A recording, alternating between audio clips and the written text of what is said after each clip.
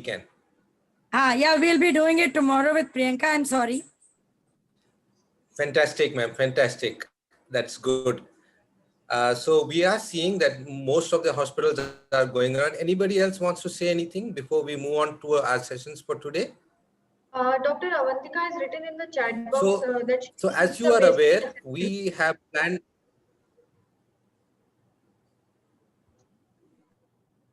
She has asked for the baseline assessment. Dr. Avantika Sharma. Yeah, Dr. Avanti. Please open.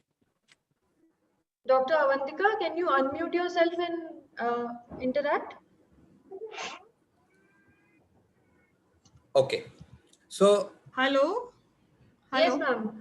Yeah, I'm Dr. Avantika. I'm not into that certification program, but I would still want to have that assessment sheet or whatever so that I can assess. Sure, ma'am. Priyanka will share with you. Right. Thank you so much. Okay. Thank you, ma'am. Sure. Hello. Yeah, please. Please share. So as you know, we have planned 7 clinical sessions, and today is our first clinical session. We have Dr. Manpreet with us, and Glidin and Priyanka with us. So Glidin, the time is yours now. Okay. Please. Good afternoon, everybody. तो अभी हम हमारा पहले session start कर रहे हैं. तो first standard आप लोग के लिए एक्सप्लेन करेंगे और उसका एएनसी केयर कैसे होना चाहिए, कब होना चाहिए, उसमें क्या क्या चीज़ इम्पोर्टेंटली हमें देखना है. ये सारी चीज़ हमें डॉक्टर मनप्रीत बताएंगे. डॉक्टर मनप्रीत रेनबो हॉस्पिटल का ऑप्स एंड गायनेकोलॉजी कंसल्टेंट है. तो मैं मैडम को हैंड ओवर कर रहा हूँ. तो मैडम आपको सब बताएं.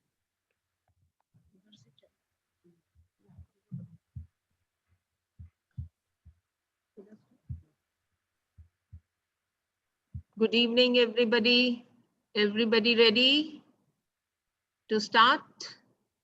Yes, ma'am. Yes. So what is Manyata? It's a quality improvement of maternity services for private sector. It is very much essential for every private sector to have certification from Manyata. And by objectives, we have to see that. Hello. Sorry for the interaction. So I think first this objective standards and first slide will be taken by Dr. Dinesh. Dr. Dinesh.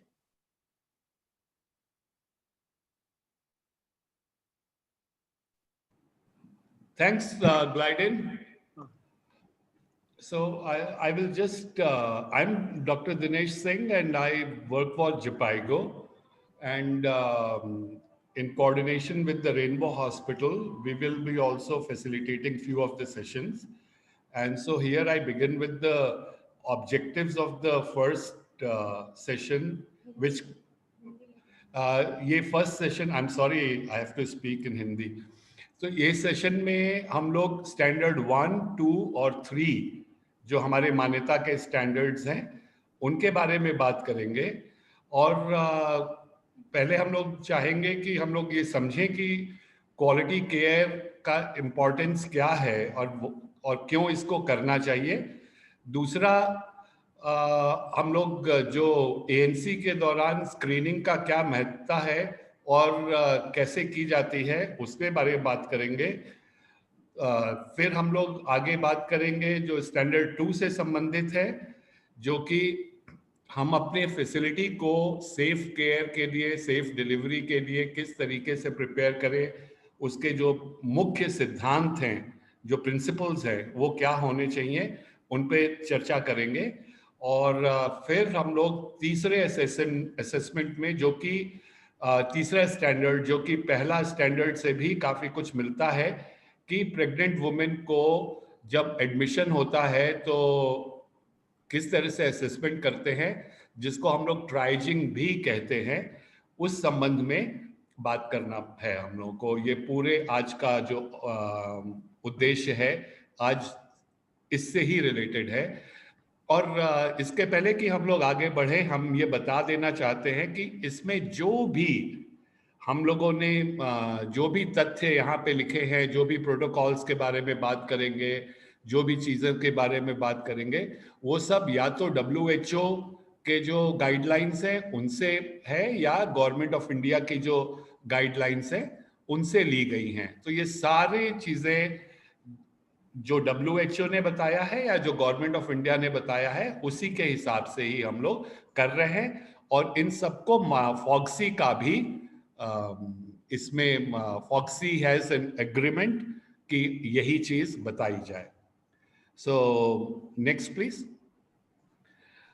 अगर हम लोग ये देखें कि ज्यादातर माताएं कब मरती हैं, तो जो प्रेगनेंसी का जो एंटीपार्टम पीरियड होता है उसमें नियरली 25% माताएं का प्रॉब्लम होती है और उसकी वजह से उनकी डेथ भी हो जाती है। अगर इंट्रापार्टम का देखेंगे ड्यूरिंग डिलीवरी 16% का है। अगर जिस दिन वो पैदा होती हैं उस दिन 28% डेथ्स उस दिन होती हैं। और जिस दिन और बाकी जो महीना है डिलीवरी के जो बाद का जो महीना है उसमें 31% के करीब माताओं की मृत्यु होती है। इसी प्रकार से जो बच्चे जो पैदा होते हैं वो इंट्रापार्टम पीरियड में 21% के करीब डेथ होती है, जो इंट्रापार्टम पीरियड है। बर्थडे में 19% है और बाकी महीने में 33% है। और एंटीपार्टम में अगर देखा जाए तो 27% है। तो अगर आप देखें तो जब जच्चा और बच्चा दोनों हमारे पास हैं प्रसव के समय, डिलीवरी के टाइम पे जब हमारे पास रहते हैं उस टाइम पे ही ज्यादा डेथ्स हो रही हैं। ये दोनों फिगर्स से हमको ये पता चलता है। इसलिए नेक्स्ट प्लीज।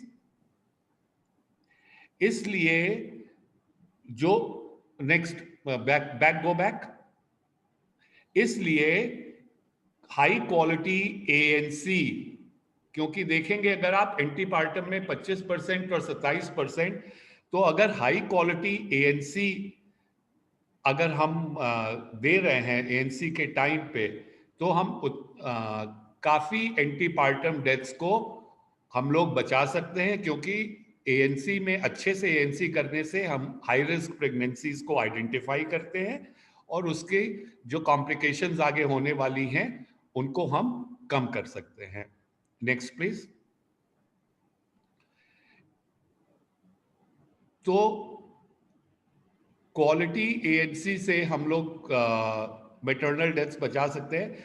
अगर आप देखा जाए तो मैटरनल डेथ के जो मुख्य कारण है वो हेमरेज है 27% के करीब, सेप्सिस है 11%, हाइपरटेंसिव डिसऑर्डर्स जो होते हैं ब्लड प्रेशर बढ़ने से वो अराउंड 14% है, ऑब्स्ट्रक्टेड लेबर 9%, एबॉर्शन से रिलेटेड 8% और अन्य कारणों में बाकी 31% आता है। तो हम लोग क्या करें उस टाइम पे जिससे कि हमारे ये प्रॉब्लम्स कम हो जाएंगे। नेक्स्ट। अगर हेमरेज को जैसे हमको बचाना है तो हमको आइडेंटिफिकेशन और ट्रीटमेंट अनीमिया का, न्यूट्रिशनल काउंसलिंग का, अगर हम ANC के दौरान इन चीज़ों की बात करते हैं तो हम हेमरेज को मिनिमाइज कर सकते हैं।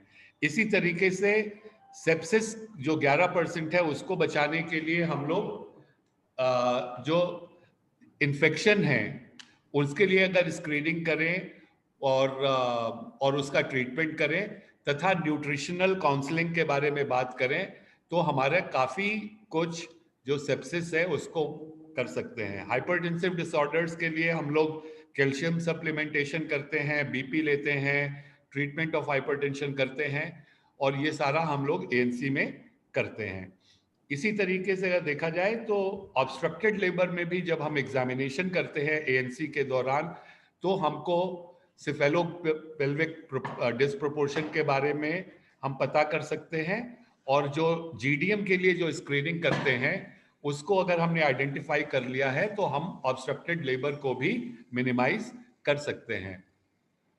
जो अबॉर्शंस होती हैं उसका मुख्य कारण है कि कई बार क्योंकि उसको बच्चा नहीं चाहिए और हम लोग ज़्यादातर डिलीवरी में ही ज़्यादा ध्यान देते हैं और फैमिली प्लानिंग की काउंसलिंग पे ज़्यादा फोकस नहीं कर पाते हैं। तो हम लोग को शायद कहीं ना कहीं फैमिली प्लानिंग काउंसलिंग की भी बात करनी चाहिए ANC के दौरान। और भी बाकी जो अदर 31% हैं उसमें और भी चीज़ें जिनके लिए हम लोग स्क्रीनिंग करते हैं उनसे करके हम लोग रिड्यूस कर सकते हैं। Next please. इसी तरीके से जो नियोनेटल डेथ है उसको भी हम लोग क्वालिटी ANC करके बचा सकते हैं। जैसे कि नेक्स्ट, अगर हम लोग मैटरनल इन्फेक्शन को अगर हम लोग आइडेंटिफाई कर लें टाइम से तो हमारे नियोनेटल इन्फेक्शंस भी कम हो जाते हैं। इसी तरीके से अगर हमारा करेक्ट जेस्टेशनल एज एस्टिमेशन है और एंटीनेटल कॉर्टिकोस्टेरॉइड समय से दे दिया है तो हमारे प्रीटर्म बेबी, और एक मुख्य कारण आजकल प्रीटर्म बेबी का जो हमारा एसिम्प्टोमेटिक बैक्टीरियोरिया है उसकी वजह से बहुत सारे प्रीटर्म बर्थ्स हो रही हैं, लो बर्थ बेबीज हो रहे हैं, क्योंकि हम माँ को कोई भी सिम्टम्स नहीं आता है, माँ नहीं बताती है कि उसको सिम्टम्स कोई है, लेकिन उसको इन्फेक्शन रहता है। और ये बहुत बड़ा कारण है आजकल जिसको हम लोग फोकस करते हैं। मालफॉर्मेशंस को हम लोग फोलिक एसिड प्रोफाइलेक्सिस जो फर्स्ट ट्राइमेस्टर में करते हैं उससे हम लोग काफी हद तक मालफॉर्मेशंस को कम कर सकते हैं। बर्थ एस्फिक्सिया के लिए हम उन कंडीशंस को आइडेंटिफाई कर सकते हैं जिससे आगे चल के फीटल डिस्ट्रेस होगा। तो अगर हम प्रॉपर एप्रोप्रिएट और जब जब हमको करना है, जैसे मिनिमम 4 बार की बात अभी आगे बताएंगे मैम, तो उसमें अगर हम लोग करें प्रेगनेंसी के दौरान एंटीनेटल पीरियड में तो हम ज्यादातर कॉम्प्लिकेशंस को बचा सकते हैं। Next please. अब हम डॉक्टर मनप्रीत को रिक्वेस्ट करेंगे कि वो स्टैंडर्ड 1 के बारे में डिटेल में बताएं। नमस्कार सबको। ये पहला स्टैंडर्ड है जिसमें हम ये देखेंगे कि कौन कौन डॉक्टर सी Manpreet, we can not hear you.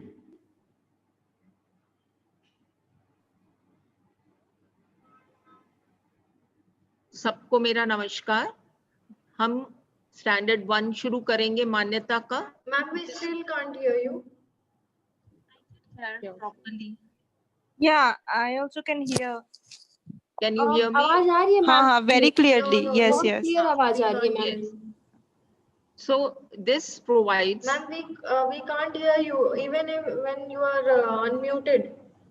No, we No, can hear her, Tanushree. There's something. Yes. सुन पा रहे We हैं, can सुन पा Can रहे you हैं। please check? हाँ,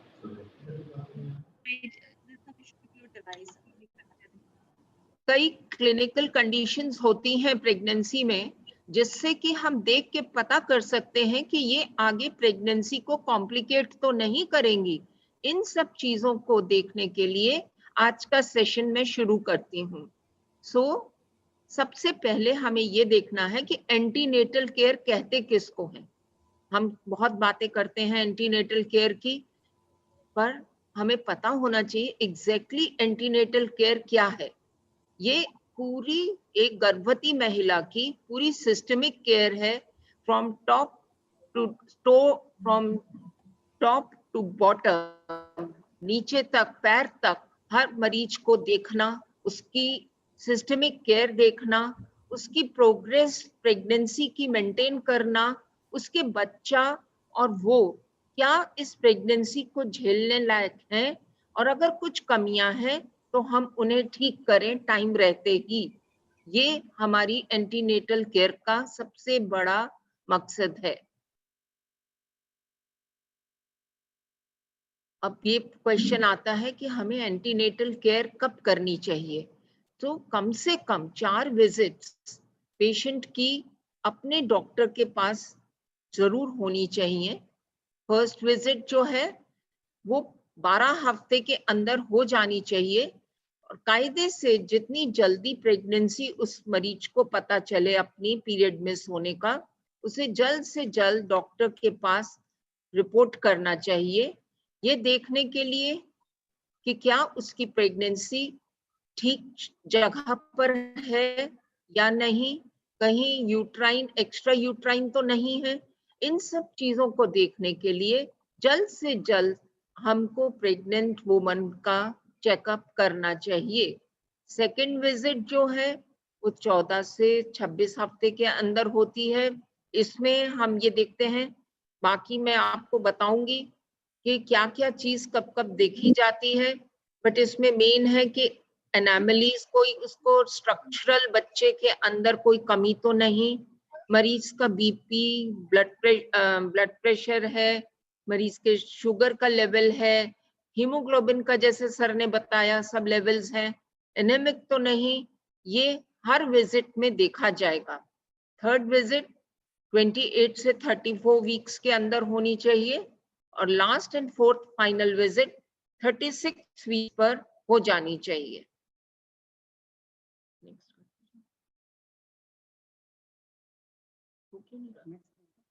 next please.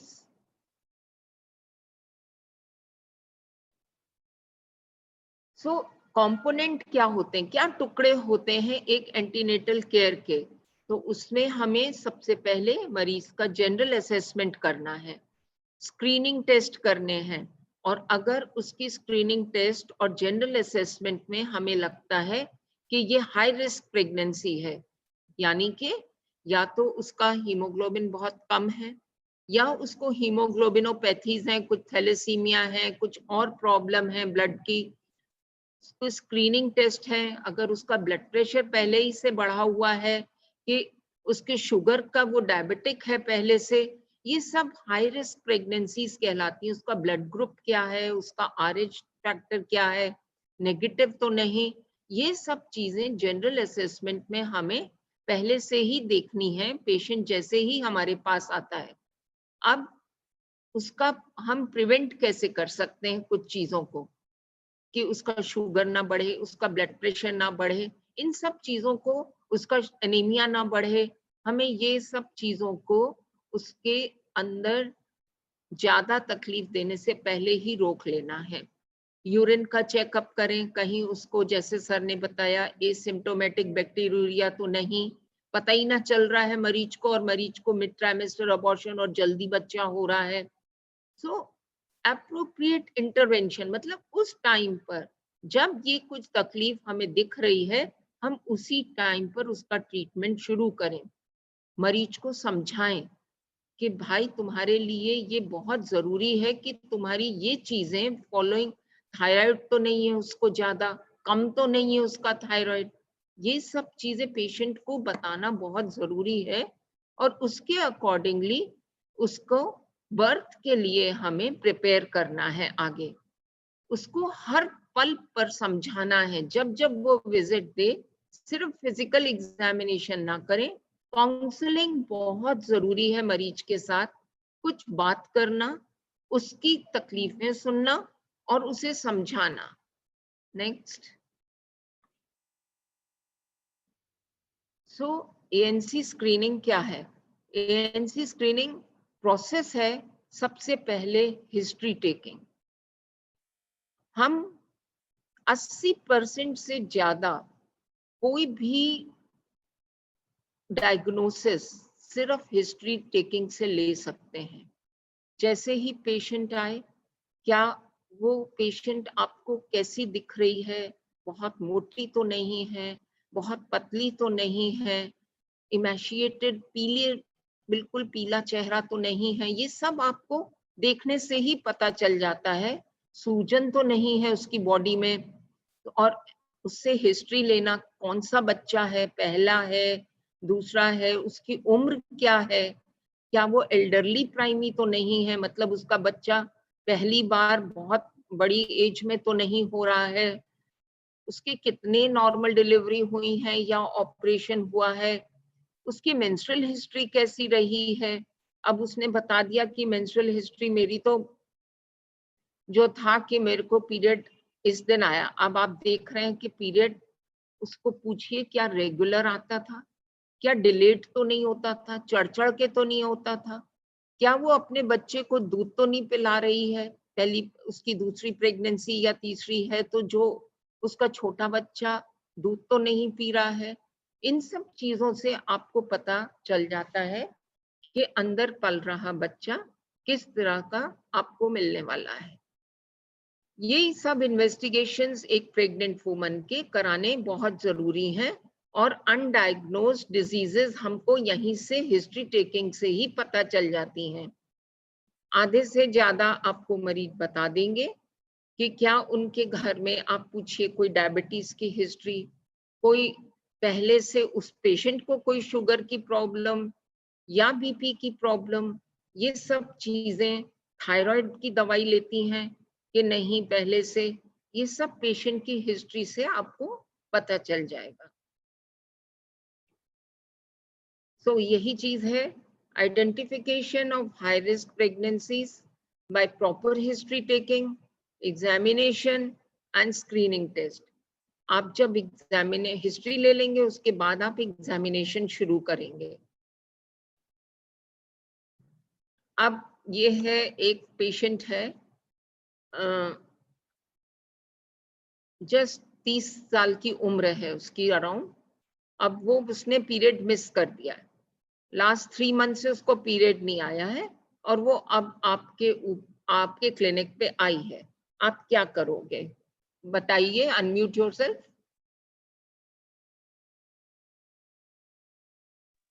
Please, unmute yourself.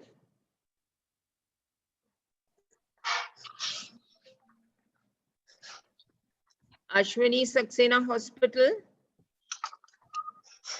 आप बता सकते? Hello ma'am. हाँ जी बेटा, बताइए कि Yes. आप क्या करेंगे। एक 30 साल की उम्र की महिला आपके क्लिनिक पे पिछले 3 महीने से पीरियड नहीं आया है, आप क्या करेंगे? With general history and urine for pregnancy test. Urine for pregnancy test, general history लेंगे पहले। हाँ, और क्या करेंगे? Mainly this. ओके, और क्यों करेंगे? Because of the history of amenorrhea. जी जी, बिल्कुल ठीक। और आप बताएं, बंसल मेडिकेयर मैटरनिटी सेंटर, आप क्या क्या करेंगे? 30 साल की उम्र की महिला आपके पास आई है।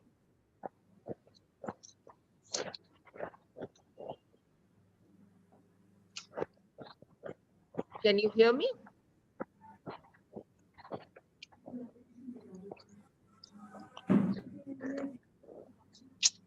City care hospital,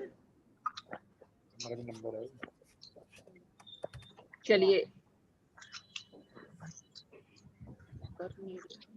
next slide please. तो अब महिला आपके पास आई है, आप सबसे पहले उसका, जैसे मैंने आपको शुरू में बताया कि सबसे पहले ये देखिए कि चेहरा पीला सा तो नहीं हो रहा है, हीमोग्लोबिन कम तो नहीं लग रहा है, तो दैट मीन्स सबसे पहले हमें हर विजिट में एनीमिया चेक करना है। एनीमिया, खून कम तो नहीं, अगर 11 ग्राम % से खून कम है तो उस पेशेंट को आपको अलर्ट हो जाना है, उस पेशेंट को समझाना है कि क्या क्या खाने में ले और उसके इन्वेस्टिगेशंस कराने हैं। सेम यूरिन चेकअप कराएंगे। यूरिन में आपको ये देखना है कि उसको कहीं प्रोटीन्स तो नहीं उसके यूरिन में, शुगर तो नहीं और बैक्टीरिया तो नहीं, पस सेल्स तो नहीं, ये सब चीजें आपको यूरिन में चेक करानी है।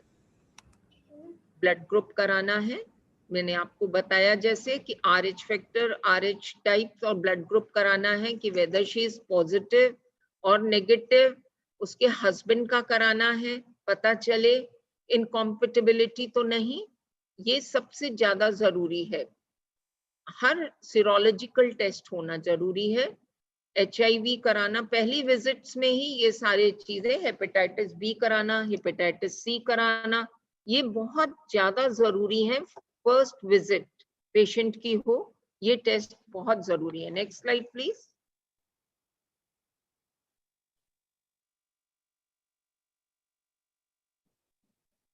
ये यूरिन टेस्ट की आप देख सकते हैं, सब देख सकते हैं?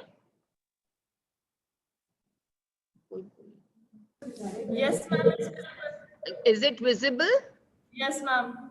ये स्टिक्स हैं, यूरिन स्टिक्स हैं, इसको आपको डिप करना है ब्लैक तक। सी, ब्लैक तक डिप करना है, और इसमें आपके ये शुगर के लिए, प्रोटीन्स के लिए, नाइट्राइट्स के लिए, ल्यूकोसाइट्स के लिए इसमें आ जाता है, और आप अपने इससे कलर मैच करके देख सकते हैं कि आपका कितना पेशेंट को शुगर है, नहीं है, और अगर है तो कितने लेवल तक की है, प्रोटीन्स हैं कि नहीं, ये सब चीजें इसमें आ जाएंगी। नाइट्राइट्स के लिए और ल्यूकोसाइट्स के लिए आपको 1 मिनट डिप करना है, बहुत जरूरी है। 1 मिनट आपको ऊपर के लिए, और 90 सेकेंड, 1.5 मिनट के करीब आपको नाइट्राइट्स और बैक्टीरिया के लिए इसको डिप करना है। फिर VDRL कराना बहुत जरूरी है सिफिलिस के लिए। मतलब ये जो सीरोलॉजिकल टेस्ट है ये एब्सोल्युटली नेसेसरी पहली विजिट में। पेशेंट आपके पास आई है, आपको उसका blood glucose level during pregnancy, कई बारी जेस्टेशनल डायबिटीज भी होता है पेशेंट्स को, जरूरी नहीं है कि वो पहले से डायबिटिक हो या बाद में रहें, लेकिन एट द टाइम जब वो प्रेग्नेंट हैं उनके शुगर लेवल्स हाई हैं, उसके लिए अगर वो 140 मिलीग्राम पर उससे ज्यादा होते हैं, that means she is gestational diabetic. अब आपको उसके लिए 2 आवर्स का ओरल ग्लूकोज टॉलरेंस टेस्ट कराना होता है। अब ये कैसे कराते हैं? ये this is what 75 gram glucose का पैकेट अलग आता है। सब ध्यान से सुनिए, ये कोई नॉर्मल ग्लूकोज का नहीं है जो 100-125 वाला कोई भी बाजार से ले लिया, ग्लूकॉन डी पी लिया। अक्सर लोग ये गलतियां करते हैं। ये पैकेट पीना है 75 ग्राम ग्लूकोज का। आपने देख लिया सबने? 75 ग्राम ग्लूकोज 300 ml पानी में घोलकर 5 मिनट के अंदर पूरा पी जाए, और उसके बाद एग्जैक्ट 2 घंटे बाद आपको ब्लड सैंपल देना है। पेशेंट 1.25 घंटे में भी नहीं, 2.25 घंटे में भी नहीं, एग्जैक्ट 2 घंटे में 75 ग्राम ग्लूकोज पीने के बाद आपको मरीज का सैंपल लेना है। अगर ये सैंपल 140 से ऊपर है तब आप कहेंगे कि ये जेस्टेशनल डायबिटिक है, और उसको अगर एक थोड़ा सा हाई है या ज्यादा हाई है, ये आपको आपके डॉक्टर को कंसल्ट करना है। फिर अगर मलेरिया, आप एंडेमिक मलेरिया प्लेस से आ रहा है पेशेंट, तो आपको पेशेंट का मलेरिया टेस्ट कराना जरूरी है। अगर उसे फीवर है तो भी मलेरिया का टेस्ट कराना जरूरी है। अल्ट्रासाउंड बहुत जरूरी 18 से 20 हफ्ते के बीच में, जैसे मैंने आपको बताया कि कोई स्ट्रक्चरल अबनॉर्मेलिटी पेशेंट के बच्चे के अंदर तो नहीं। बाद में पता पड़ा प्रेगनेंसी बहुत बढ़ गई और अब स्ट्रक्चरल अबनॉर्मेलिटी दिख रही है, तो ये ठीक बात नहीं है। टाइम रहते हमें पता चलनी चाहिए 20 हफ्ते के पहले। गवर्नमेंट का ऑर्डर है 20 हफ्ते से पहले हम सारे टेस्ट कॉन्जेनिटल एनॉमलीज के कर लें और अकॉर्डिंगली फैसला ले लें। थायराइड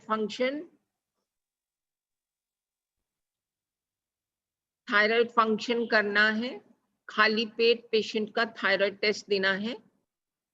उसका अगर 5 से ज्यादा है, हम कोशिश करते हैं कि प्रेग्नेंट वुमन का 2 से 3 के बीच में TSH रहे। अगर ज्यादा है तो डॉक्टर की राय के अनुसार उनकी थायराइड की दवाइयां शुरू करते हैं। अगर बहुत कम है तब भी डॉक्टर की राय से अलग दवाइयां दी जाती हैं। Next slide. Now there is again a case study. Sunita करके एक पेशेंट है, 12 हफ्ते का जेस्टेशन है और आपके क्लिनिक पर पहली बार आई है। Will you do the rule out gestational? Slide पूरी। Yes, ma'am. Gestational diabetes? Yes, ma'am. Yes.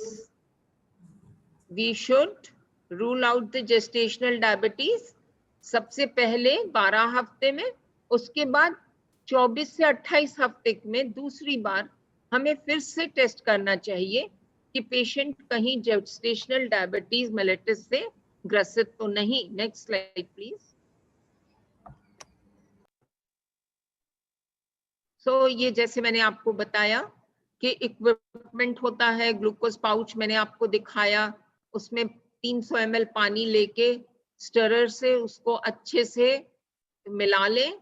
ये नहीं कि ग्लूकोज नीचे बैठा हो और ऊपर का पानी पी जाए। और उसके बाद आपने 2 घंटे बाद टेस्ट लेना है।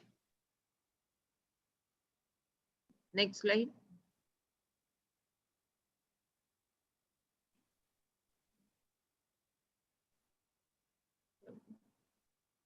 Next slide please.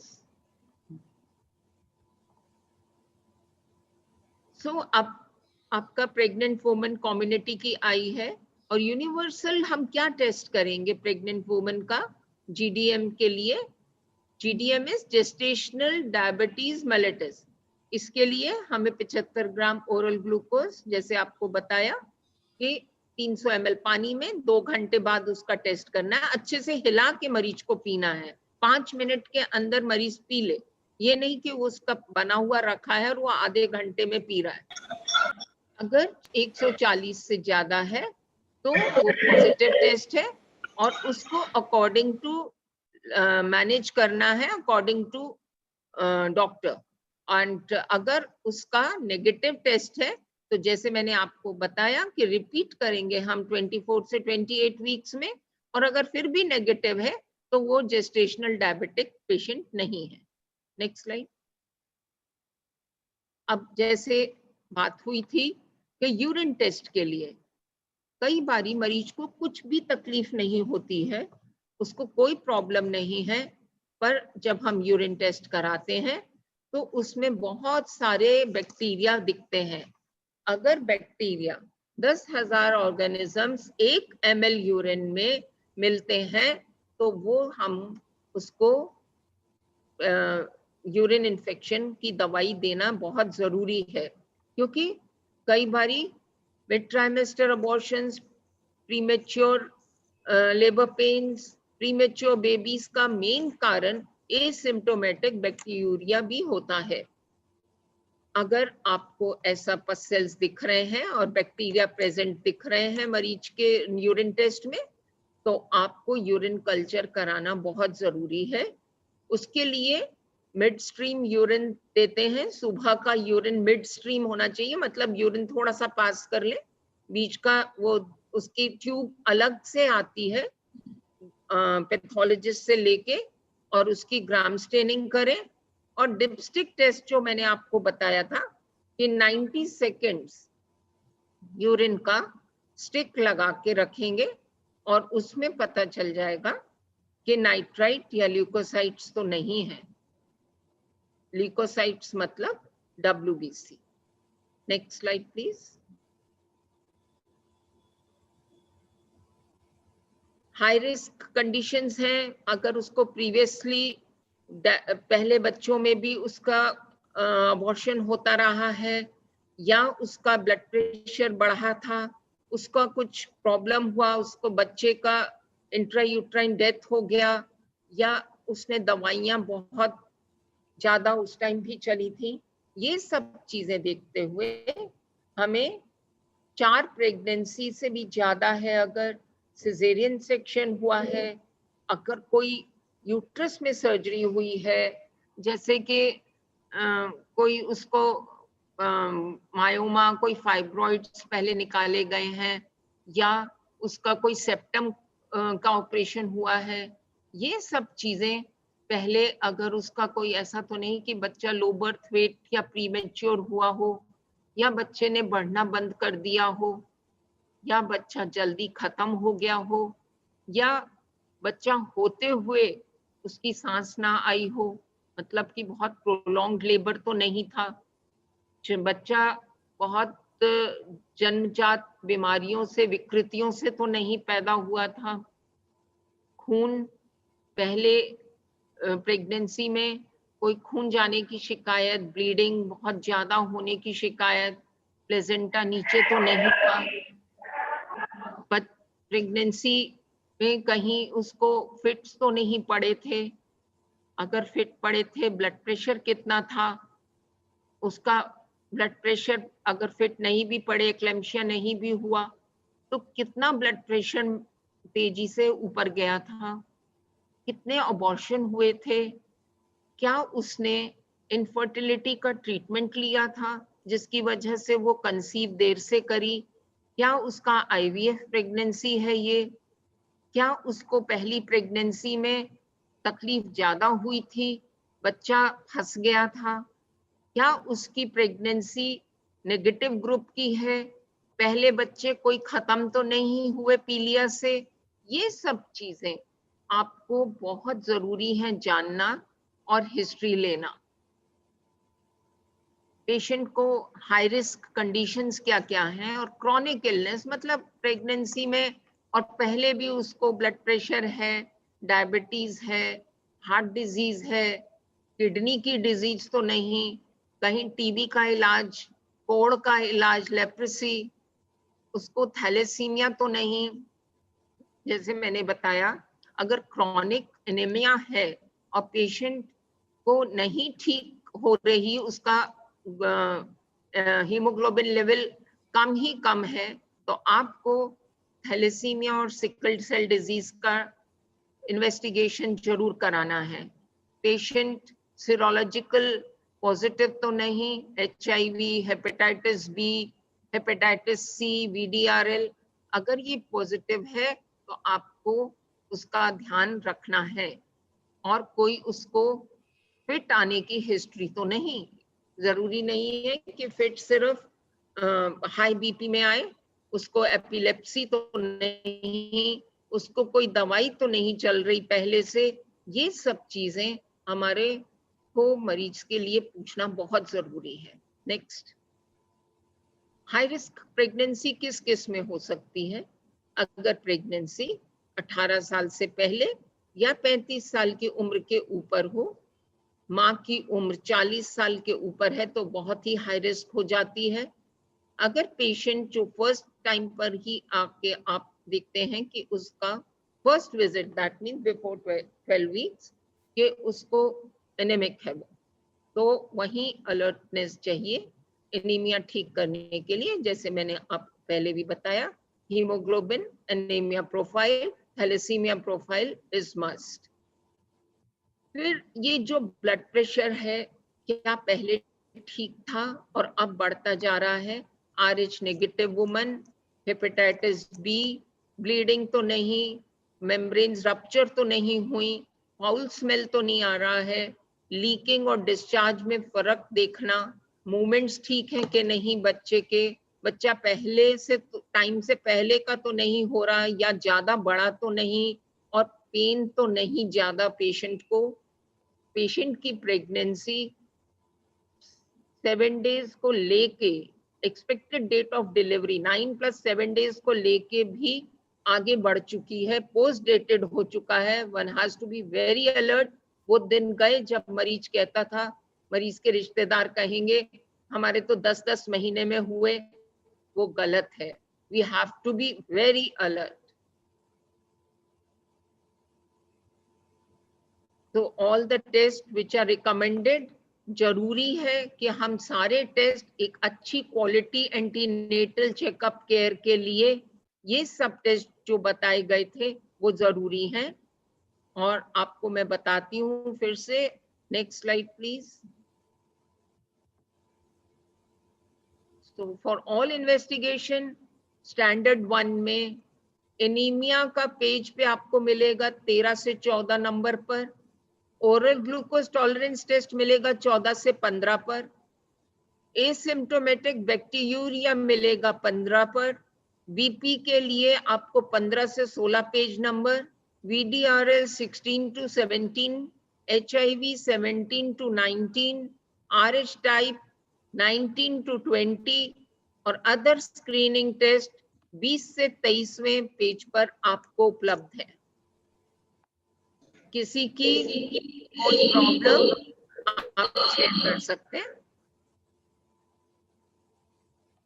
कोई इसमें आपको प्रॉब्लम या कोई डाउट्स हैं तो आप बताएं, नहीं तो हम स्टैंडर्ड 2 की तरफ चलें। Hello ma'am.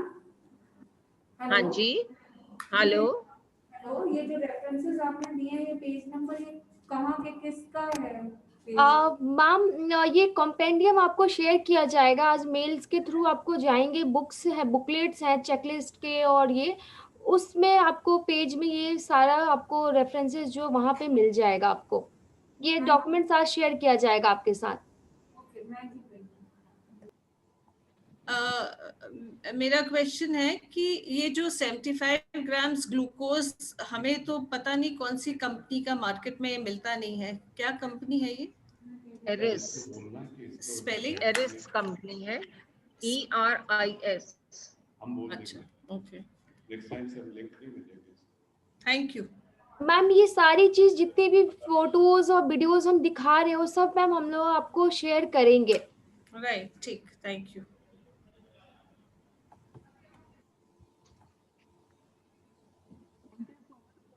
Patient listening, I hope आप लोगों को ये चीजें अच्छे से समझ में आ गई होंगी। Thank you. Thank you doctor Manpreet.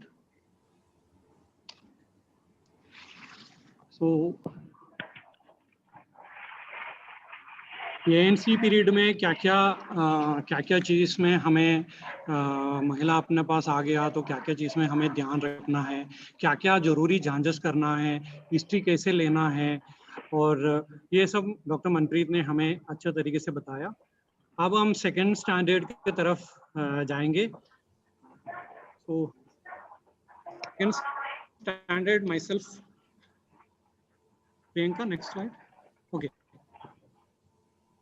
Okay, second standard यही है, provider prepares for safe care delivery, safe care during delivery. तो इसका मतलब यही है, तो हॉस्पिटल में कोई भी महिला आया, उसको डिलीवरी और आपका लेबर रूम में लेने के पहले हमारा लेबर रूम कैसे प्रिपेयर करके रखना, ठीक है। तो ये बहुत इंपॉर्टेंट है, अपना लेबर रूम आपको किस तरीके से मेंटेन करके रखना। तो आप लोग मुझे ये बताइए, आप अपना लेबर रूम किस तरीके से प्रिपेयर करके रखा, क्या क्या रखा है लेबर रूम में सेफ डिलीवरी के लिए, कोई बता सकते हैं? बताओ तो।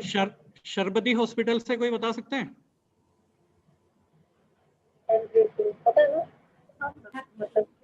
अपना लेबर रूम में आप क्या क्या तैयारी रखा और क्या रखना चाहिए? आपका आवाज नहीं आ रहा है। हेलो हेलो हेलो, हाँ बताइए। आवाज आ रही है सर? हाँ, आप अनम्यूट कर लीजिए।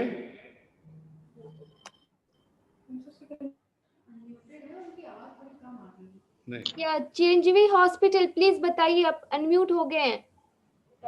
कोई भी बता दीजिए। हेलो। हाँ, सबसे पहले डिलीवरी सेट रेडी होना चाहिए। Very good. अब बेबी के लिए टिश्यू अवेलेबल होने चाहिए और बेबी किट रेडी होनी चाहिए। Oxygen very good. होना चाहिए और सेक्शन मशीन भी ऑन होना चाहिए। पीपीएच ना हो, उसके लिए जो भी तैयारी, जो भी मेडिसिन किट है वो रेडी होनी चाहिए। और IV fluid, RL, DNA. Next hospital Panwar nursing home से कोई बता सकते हैं? तुम लोग जो कर रहे हो ना वो बोलना शुरू करो हमारी। Anwar hospital, Saxena hospital,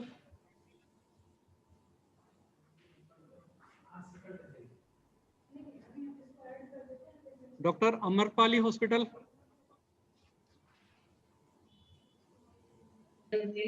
hi, hello hello, हाँ मैडम हेलो, बताइए।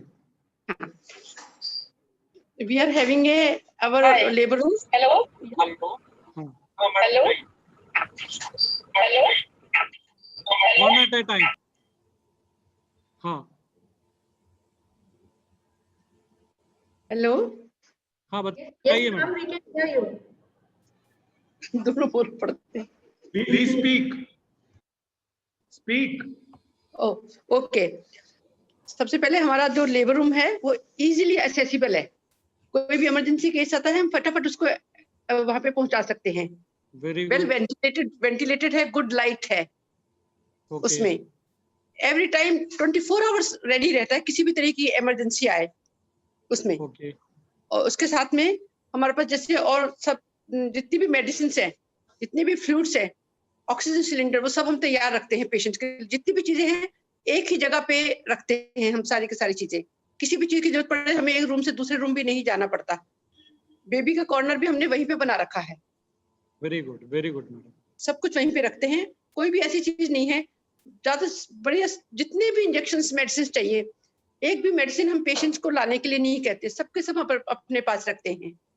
चाहे पीपीएच का है, उसका है, कुछ भी है, वो सारा कुछ तैयार रखते हैं। कौन सा हॉस्पिटल से है मैम? गोगिया क्लिनिक तावड़ू। आप कौन सा हॉस्पिटल से? गोगिया क्लिनिक तावड़ू, मेवात से। ओके ओके, सो आगे बढ़े तो सबसे पहले हमें हॉस्पिटल का एंट्री पॉलिसी प्रोटोकॉल्स बना के रखना है।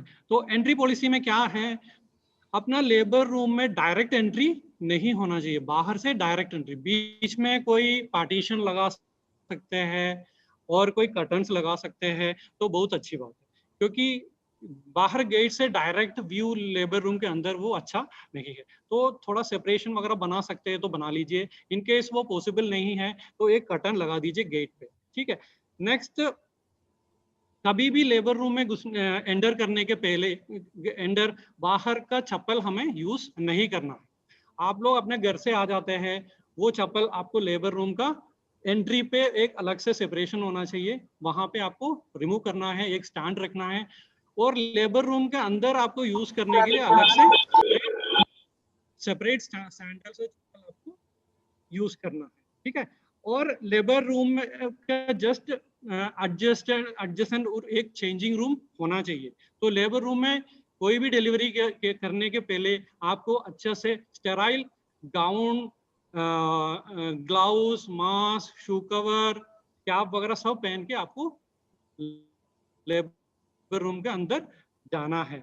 और आपका लेबर रूम के अंदर इन केस 2 लेबर टेबल है तो दोनों लेबर टेबल का बीच में एक कर्टन होना चाहिए, क्योंकि सेपरेशन और प्राइवेसी बहुत इंपॉर्टेंट है, तो वो आपको मेंटेन करने के लिए कोशिश करना है। और नेक्स्ट, लेबर रूम का एम्बियंस कैसा होना चाहिए। तो एम्बियंस इन द सेंस आपका लेबर रूम के अंदर का सफाई बहुत अच्छे से रखना है। Okay, so cleaning is the most important thing. So daily शाम को, रात को सारी केस होने के बाद लेबर रूम अच्छे तरीके से वॉश करना है।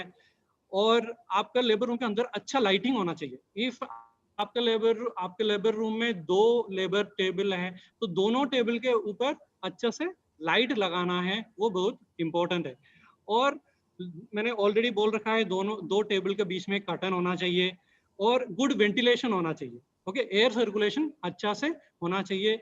और आप उसके लिए एग्जॉस्ट फैन लगा सकते हैं तो वो अच्छी बात है। आपका लेबर रूम में ऑलरेडी एयर कंडीशनर लगा हुआ है तो वो बहुत अच्छा है। और आप लेबर रूम का टेम्परेचर, अंदर का टेम्परेचर 25 से 30 डिग्री के बीच में मेंटेन करके रखना है, ठीक है। सो ये लेबर रूम का एम्बियंस बहुत अच्छा होना चाहिए। नेक्स्ट, इन्फेक्शन प्रिवेंशन की बात कर रहे हो तो सबसे पहले लेबर रूम के अंदर एक कोने पे एक हैंड वॉशिंग एरिया बहुत जरूरी है। उसमें हैंड वॉशिंग का स्टेप्स, कैसे आपको 6 स्टेप का हैंड वॉशिंग करना है, वो प्रोटोकॉल चिपका हुआ होना चाहिए। और वो लेबर रूम के अंदर नहीं है तो जस्ट एडजेसेंट, जस्ट बाहर का भी इजीली एक्सेसिबल एरिया पे हैंड वॉशिंग एरिया बहुत जरूरी है। और लेबर रूम के जस्ट बगल में एक स्टेराइल स्टोरेज एरिया, आपका जो भी स्टेराइल आइटम्स है, आपका ड्रम्स होगा, आपका डिलीवरी सेट्स होगा, एपिसियोटमी सेट्स होगा, पीपीएच सेट होगा, जो भी आपका डिलीवरी और उसका कॉम्प्लिकेशन मैनेज करने के लिए यूज कर रहे हैं, उसको सब आपको अलग तरीके से एक स्टेराइल स्टोरेज एरिया पे रखना है। तो लेबर रूम के अंदर का ही एरिया आप डेजिग्नेट कर सकते हो तो बहुत अच्छा बात है। और नेक्स्ट आपका लेबर रूम के अंदर बायोमेडिकल डस्टबिन, बायोमेडिकल वेस्ट अलग से सेग्रीगेट करने के लिए आपका लेबर रूम के अंदर 4 कलर का बायोमेडिकल डस्टबिन होना चाहिए, रेड, येलो, ब्लू, ब्लैक और 1 अलग सेपरेट व्हाइट कलर का पंचर प्रूफ बॉक्स होना चाहिए। और इसके अलावा लेबर रूम का सैनिटाइजेशन और क्लीनिंग आपको हर डिलीवरी के बाद करना है, और फोगिंग कर सकते हैं तो हर डेली कर सकते हैं तो डेली कर लीजिए। और इसके अलावा हमारा लेबर रूम के अंदर एक लेबर न्यूबॉर्न केयर कॉर्नर होना चाहिए। न्यूबॉर्न केयर कॉर्नर का मतलब कोई आप एक एरिया डेजिग्नेट कर लीजिए, वो एरिया तीनों तरह से एक्सेसिबल होना चाहिए। ऐसा नहीं होना चाहिए दीवार से चिपका हुआ आपने लगाया बस एक और 2 साइड से आपको एक्सेसिबल हो, नहीं है, आपको है ना चारों तरह से वो एक्सेसिबल होना चाहिए। और वो लेबर न्यूबॉर्न केयर कॉर्नर पे एक न्यूबॉर्न बेबी ट्रे होना चाहिए, उसमें क्या क्या सामान और क्या क्या इक्विपमेंट, क्या क्या इंस्ट्रूमेंट आपको रखना है, मैं आगे आपको दिखाऊंगा। और इसका अलावा बेबी केयर कॉर्नर का जस्ट एडजेसेंट एक ऑक्सीजन का सिलेंडर होना चाहिए, सक्शन करने के लिए सक्शन इक्विपमेंट होना चाहिए। और आजकल सक्शन इक्विपमेंट यूज नहीं करते क्योंकि वो बहुत प्रेशर देते हैं तो बच्चे को इंजुरी होने का चांस है, इसलिए म्यूकस एक्सट्रैक्टर का यूज आपको वहां पे करना है। इसके अलावा आपको लेबर रूम के अंदर 7 ट्रेस बना कर रखना है और 2-3 किट बना कर रखना है। तो ये क्या क्या ट्रेस बना कर रखना है और क्या क्या किट्स बना कर रखना है मैं आगे आपको बताऊंगा। और इसके अलावा लेबर रूम के अंदर एक master register, I mean labour room register रखना है, उसी में कोई भी डिलीवरी होता है उसका सारी डिटेल्स आपको लिख के मेंटेन करना है। तो मैं यहाँ पे एक छोटा सा लेबर रूम का सेटअप कराया है, मैं आपको दिखाऊंगा।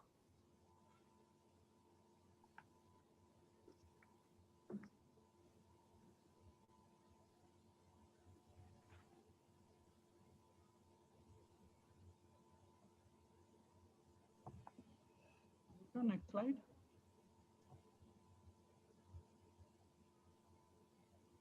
Next slide. ओके, तो हमारा लेबर रूम में मेनली 7 ट्रेस होना चाहिए। सबसे पहले delivery tray, episiotomy tray, medicine tray, emergency drug tray, baby tray, MVA tray, PPIUCD tray और examination tray, PPH management kit और severe eclampsia pre-eclampsia management kit. ये आपको दिख रहा है, ये हमारा डिलीवरी ट्रे है। इसमें हमने ये ड्रम के अंदर हमने ट्रे बना के रखा है। तो मैं आपको अभी, ये ऑटोक्लेव्ड है तो इसमें ये स्टिकर्स रखा हुआ है, इसमें स्टिकर्स लिखा हुआ है और इसमें एक्सपायरी डेट वगैरह आपको इसके अंदर हमने डिलीवरी सेट बना के रखा है। Priyanka next slide.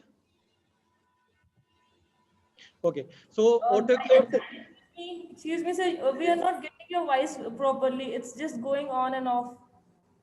स्लाइडन आप रिपीट कर दो एक बार जो आपने अभी बोला। सो ये हमारा, अभी आवाज आ रहा है मेरा? Hello, can you hear me? Yes sir.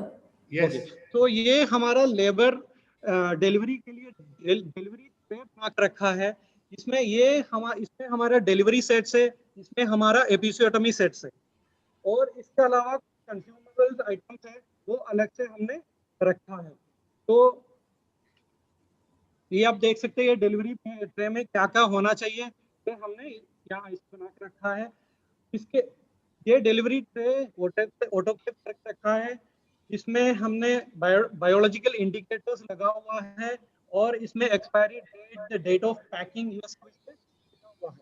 और ये ट्रे ऑटोक्लेव होने के बाद 7 डेज के अंदर इफ आपने इसको ओपन नहीं किया ऑटोक्लेव के बाद, 7 डेज आपने ये ट्रे को ओपन किया तो फिर आपको 3 दिन से ज्यादा यूज नहीं करना है कोई भी ट्रे, ठीक है। तो हम हाँ yes sir. Blyden, can you speak into the mic?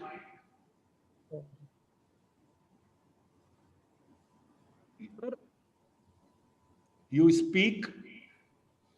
Okay. So because we can't hear you otherwise. Okay sir. तो हमारा डिलीवरी ट्रे ऑटोक्लेव्ड है, ऑटोक्लेव्ड ट्रे है, उसमें सारी सेट्स हमने बना कर रखा है।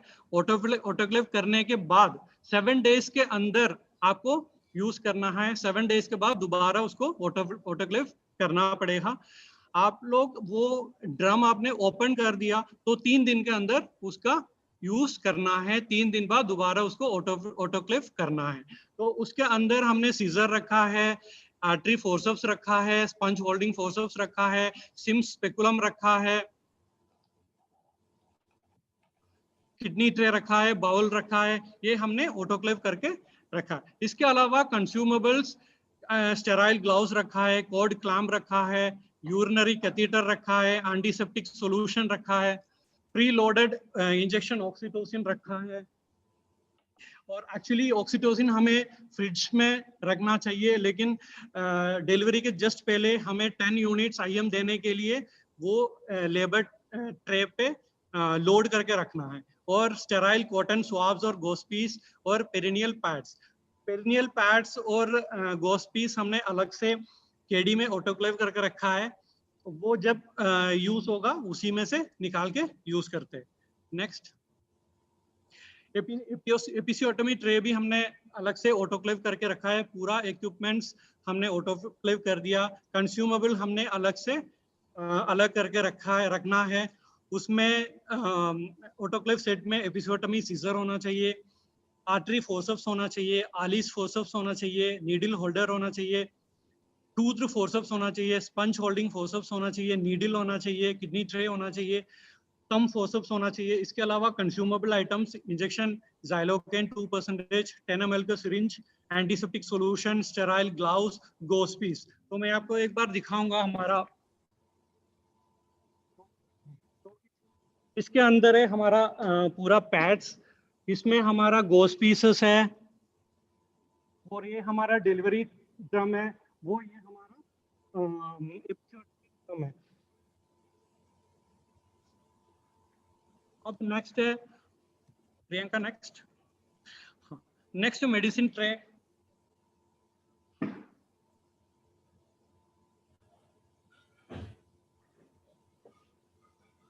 सो मेडिसिन ट्रे हमने बना के रखा है, इसमें सारी मेडिसिन हमने, इसमें एंटीबायोटिक्स, ऑक्सीटोसिन हमने फ्रिज में रखा हुआ है, एंड एम्पिसिलिन का कैप्सूल्स रखा है, tablet metronidazole, tab paracetamol, tab ibuprofen, tab B complex, IV fluid, misoprostol, injection gentamicin, vitamin K injection betamethasone, Ringer lactate, normal saline injection, hydralazine, nifedipine, methyl alpha dopa, magnifying glass भी हमने रखा है। Magnifying glass हमने इसलिए रखा है, कोई भी ड्रग्स का हमें एक्सपायरी डेट पता करना है, वो बहुत छोटा होता है, हमें नॉर्मल आई से दिखना बहुत मुश्किल होता है, तो वो देखने के लिए हमने एक मैग्नीफाइंग ग्लास भी इसी के अंदर रखा है।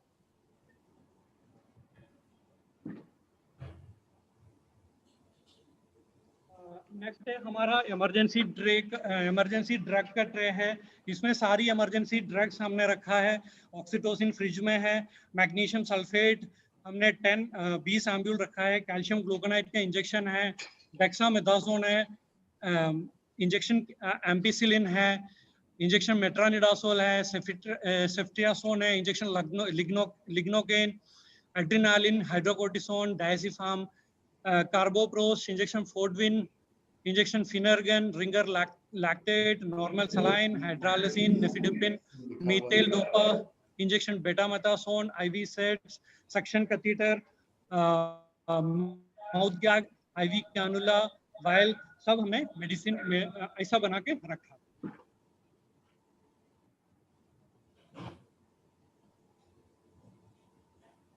तो बेबी ट्रे के लिए हमने एक बेबी केयर कॉर्नर बनाया है, उसका जस्ट सामने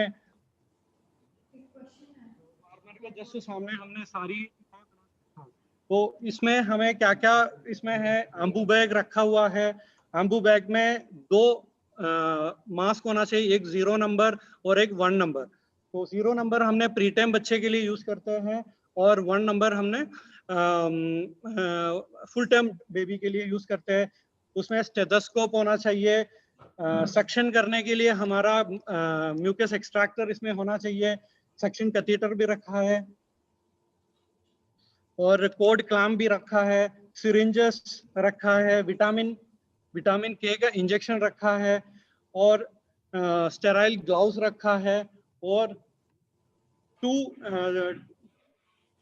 2 टॉवल्स रखा है। वो डिलीवरी के जस्ट पहले हमें वार्मर ऑन करके उसके ऊपर रखना है, जो कि वो थोड़ा गर्म हो जाए। सो वो हमारा बेबी ट्रे है। इसमें विटामिन K1 इंजेक्शन भी रखा है। तो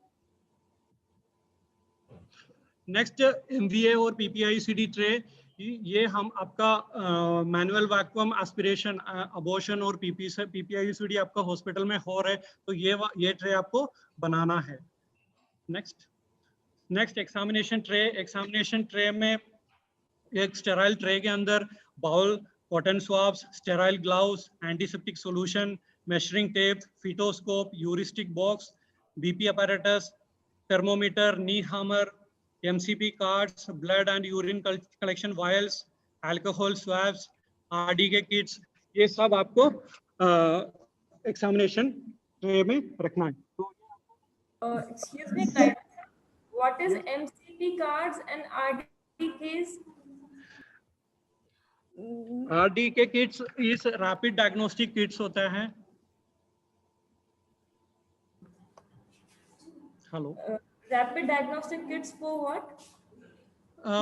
आपको कोई भी HIV के जांच करना है, आपको प्रेगनेंसी का टेस्ट करना है, तो इस पे रैपिड डायग्नोस्टिक आपको किट का यूज करना है। तो वो आपका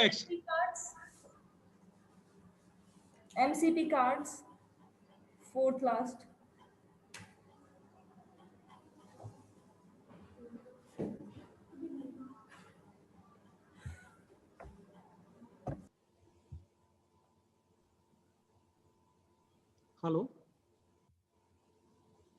Hello, yes sir, MCP cards. MCP cards. Yes sir. Priyanka, इसका जब ANC एंटीनेटल चेकअप के दौरान जो हम कार्ड बनाते हैं, एंटीनेटल कार्ड जो होता है मैम, वही है maternal and child during pregnancy card, जो ANC कार्ड वही है ये MCP कार्ड मैम। ओके ठीक है, thank you ma'am. Priyanka next. Okay, next PPH। अपना हॉस्पिटल में कभी भी कोई भी इमरजेंसी PPH पोस्टमार्टम हेमरेज हो गया तो उसको मैनेज करने के लिए एक PPH मैनेजमेंट किट होना चाहिए। उसमें ऑटोक्लेव्ड सेट आप रख लीजिए, स्पंज होल्डिंग फोर्सेप्स, केली forceps, needle holder, needle, SIM speculum, kidney tray. इसके अलावा कंज्यूमेबल आइटम्स, लॉन्ग एल्बो तक आने वाला लंबा वाला ग्लव्स, स्टेराइल ग्लव्स, IV का syringes 20 ml, 10 ml, 5 ml, 2 ml। 20 ml में आपको 20 ml में आपको मैग्नीशियम सल्फेट का सिरिंजेस। उसके बाद ब्लड यूरिन कल्चर वायल्स आपको रखना है। टैब मीसोप्रोस्टोल 800 mg का injection prostaglandin, injection methagen, alcohol swabs, adhesive tapes, suture material, Foley's catheter, NS or RL, condom और PPE किट्स। कॉन्डम और फोलिस कैथेटर आपको कॉन्डम टैम्पनेट का प्रोसीजर करना in case of any emergency, तो आपको उसके लिए रखना। तो हमने यहाँ पे इस टाइप का और पूरा इक्विपमेंट है, उसमें सारी कंज्यूमेबल भी हमने ऐसा बनाकर रखा। नेक्स्ट सीवियर प्रीएक्लाम्शिया और एक्लाम्शिया मैनेजमेंट किट है। तो इसमें इन केस पेशेंट को सीवियर प्रीएक्लाम्शिया और एक्लाम्शिया फिट्स वगैरह पड़ा, तो हमें इसको मैनेज करने के लिए हमारे पास एक किट होना चाहिए।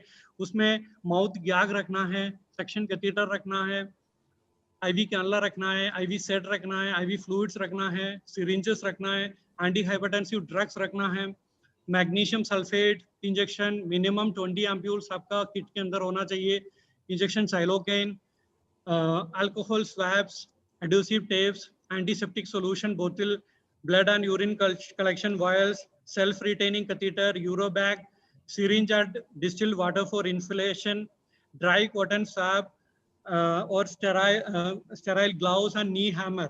तो ये सारी चीज आपको प्रीएक्लाम्शिया और एक्लाम्शिया मैनेजमेंट किट में इसके अंदर होना चाहिए। और कैल्शियम ग्लूकोनाइट का इंजेक्शन भी आपको रखना है। नी हैमर आपको इसलिए रखना है इन केस रेस्पिरेटरी डिस्ट्रेस हो गया आफ्टर मैग्नीशियम सल्फेट डोसेज, सो आपको रेस्पिरेटरी रेट 14 से नीचे चले गया तो एंटीडोट देना होता है, तो कैल्शियम ग्लूकोनाइट 10 ml का वायल होना चाहिए, एम्ब्यूल होना चाहिए। और नी हैमर आपको इन केस पेटेलर रिफ्लेक्स नहीं है, पेटेलर रिफ्लेक्स चेक करना है, तो आपको नी हैमर का जरूरत इसमें पड़ेगा। और आपको हमेशा इंश्योर करना है अपने लेबर रूम में ऑक्सीजन सोर्स का अवेलेबिलिटी, सक्शन मशीन का अवेलेबिलिटी और बीपी इक्विपमेंट और स्टेथोस्कोप का अवेलेबिलिटी।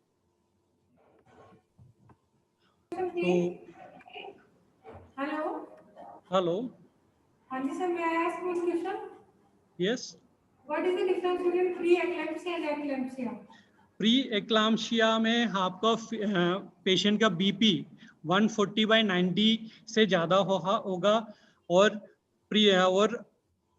प्री-एक्लाम्शिया दो तरह के होते हैं, माइल्ड एंड सीवियर। इसमें हम डिटेल बाद में जब प्री-एक्लाम्शिया एक्लाम्शिया का सेशन होगा तब डिटेल में डिस्कस करेंगे, लेकिन फिर भी अभी मैं बता रहा हूँ प्री-एक्लाम्शिया में बीपी 140/90 से ऊपर होगा, प्रोटीनूरिया 1+, 2+, 3+, 4+ जो भी होगा, उसके साथ कोई भी डेंजर साइंस आपको लग रहा है, सिर में दर्द, आंखों में धुंधलापन, एपिगैस्ट्रिक पेन, पूरा बॉडी पे सूजन, यूरिन आने में कमी, सो इसमें से कोई भी डेंजर साइन आपको लग रहा है तो उसको बोलेंगे प्री-एक्लाम्शिया, ठीक है। और एक्लाम्शिया में क्या चीज आता है, एक्स्ट्रा एक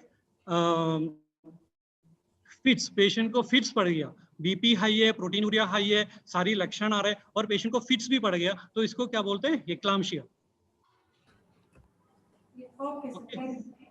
मैम इसके बारे में हम सेशन 6 में डिटेल्स में हम पढ़ेंगे एक्लाम्शिया प्रीक्लाम्शिया के बारे में, ये सेशन 6 में दिया हुआ है मैम। Okay, next. तो लेबर रूम, आप अपना लेबर रूम अभी इसके बाद जाके देख लीजिए और कैसे रीऑर्गेनाइज कर सकते हैं अपना ये सारी ट्रेस किट्स, इसका सब हम ये सेशन के बाद हम आपको व्हाट्सएप में नहीं तो मेल के थ्रू शेयर कर दूंगा, तो उसको देख लीजिए और ये सारी सेट्स और किट्स और ट्रेस आप अपने लेबर रूम में बना कर रख लीजिए। और इसके लिए कंपेंडियम भी हम आपको शेयर करेंगे आज, उसमें प्रियंका नेक्स्ट, उसमें प्रोटोकॉल पोस्टर्स एंड 7 ट्रेस का लिस्ट अनेक्शर पेज नंबर 56 और 57 में आपको मिलेगा। और ट्रेस के लिए आपको 33 to 36 वाला पेज नंबर में आपको सारी डिटेल्स मिल जाएगा। एनीथिंग एल्स आपको कुछ पूछना है इसमें? Thank you, Glyden. There were few questions in the chat box.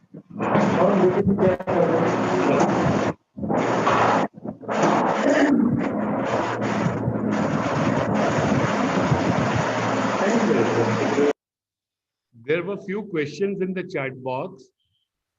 Okay.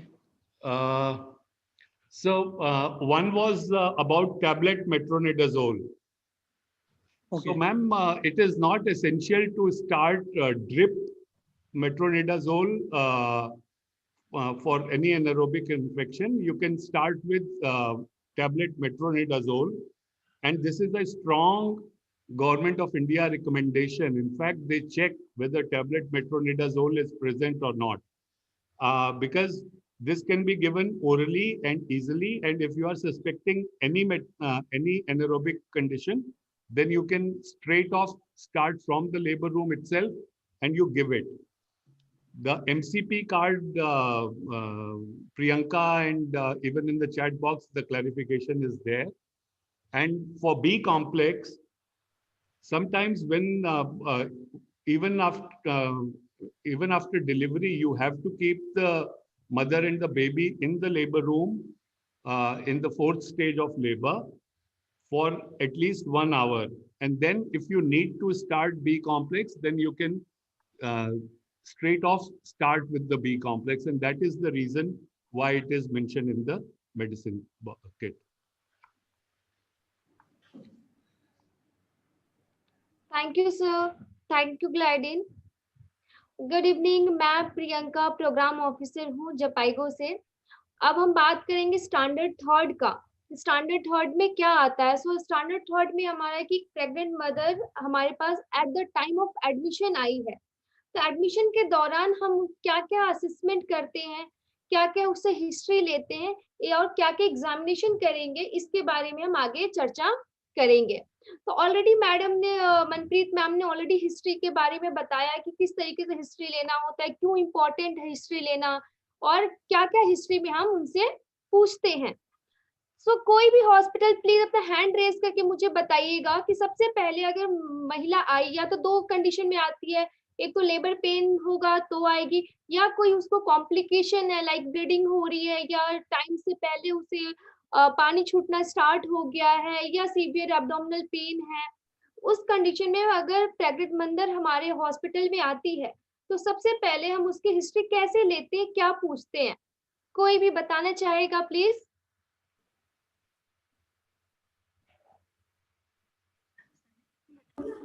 Hello. Yes, ma'am. Unmute करके please. Yes, ma'am. First of all, we taking general history of patient. Yes, ma'am. Temperature, and after that we do PV examination. Okay. Okay. Last nutrition feeding. Okay. और कोई दूसरे hospital से please, कोई भी? Hello hello hello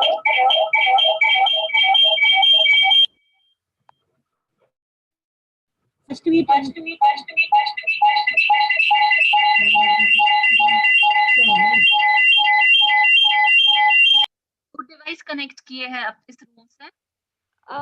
ma'am I think आप एक ही room में 2 device connect करके रखी, इसलिए इस तरीके से आवाज आ रही है। कोई बात नहीं, हम नेक्स्ट देखते हैं। तो सबसे पहले हमारा अप्रोच क्या होना चाहिए, किस तरीके से हमें हिस्ट्री लेना है? तो सबसे फर्स्ट हम क्या पूछते हैं, उसका चीफ कंप्लेंट कि महिला जो हमारे अस्पताल में एडमिशन के लिए आई है, क्या रीजन लेके आई है, क्या परेशानी है उसको, अगर लेबर पेन है या ब्लीडिंग है। तो सबसे पहले हम जानने की कोशिश करते हैं कि उसको दर्द है। फॉर एग्जाम्पल अगर हम दर्द का लेते हैं तो अगर उसको दर्द है तो कब से दर्द है, कैसा दर्द आ रहा है, रुक रुक के आ रहा है, तेज आ रहा है या लगातार बना रह रहा है, इस बारे में हम उससे पूछेंगे।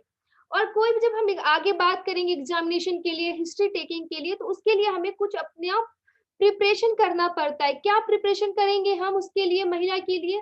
तो सबसे पहले प्राइवेसी मेंटेन करेंगे कि जब हम महिला से बात कर रहे हैं, प्रेग्नेंट महिला से बात कर रहे हैं, तो आप देखो कि वहां पे ज्यादा शोर शराबा ना हो, ज्यादा लोग इकट्ठा ना हो, क्योंकि जो क्वेश्चन आप पूछिए महिला एक बार आंसर दे तो आप एक बार में उसे सुन पाए। बार बार एक ही क्वेश्चन को हम उससे लगातार नहीं पूछेंगे।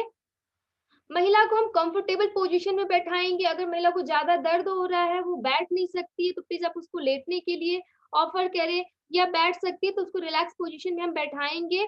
और जो भी बात महिला आपसे बता रही है, अगर वो चाहती है कि उसका बात कॉन्फिडेंशियलिटी मेंटेन रहे, उसकी बातों का दूसरे को नया बताया जाए, तो प्लीज उस चीज को आप ध्यान में रखें और अपनी मैम को जाके वो बात बताइए, नहीं कि हम सभी हॉस्पिटल में सारे स्टाफ को जाके हम उसकी बात बता रहे कि अरे पता ही मरीज आई तो ऐसे ऐसे बोल रही थी। इस तरीके का गॉसिप हम नहीं करेंगे।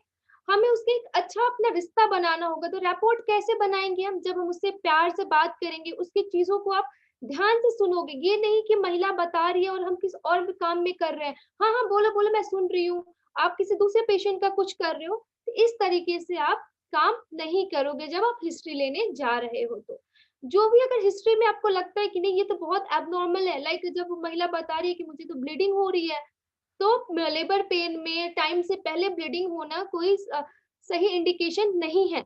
तो आप तुरंत इसे हाईलाइट करेंगे और अपनी मैम को जाके इन्फॉर्म करेंगे। नेक्स्ट आया हमारा असेसमेंट। असेसमेंट हम क्या क्या करते हैं? असेसमेंट में हम हिस्ट्री लेते हैं और एग्जामिनेशन करते हैं। हिस्ट्री के बारे में मैं डिटेल्स बात नहीं करूंगी कि ऑलरेडी हमने लास्ट सेशन में देख लिया है। तो मैं आपसे जानना चाहूंगी कि आप मुझे बताइए कि जनरल हिस्ट्री में आप क्या क्या पूछते हैं महिला से। जनरल हिस्ट्री में एक महिला आपके पास आई है, दर्द में है, आपने उसका चीफ कंप्लेंट पूछ लिया, उसके आगे आप उससे क्या जानना चाहते हैं? मैम ने बताया था कि हम उसका वाइटल्स लेते हैं, हम उसकी हिस्ट्री कलेक्शन करते हैं, और कोई इसमें कुछ पॉइंट्स ऐड करना चाहेगा?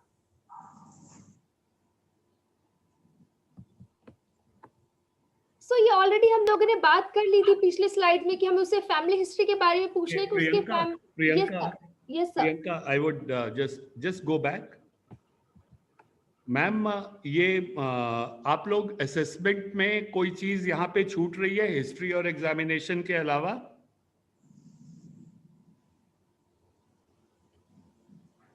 ये labour room, labour pressure and temperature जी, like blood pressure and temperature of the patient examination में आ जाएगा मैम, वो तो एग्जामिनेशन में आ जाएगा। कोई चीज छूट रही है? सी मोस्ट ऑफ द टाइम्स हमारे पास हमारी एंटीनेटल की ही मदर्स आती हैं, लेकिन कई बार हमारे पास बिना एंटीनेटल किए हुए लोग आ जाते हैं।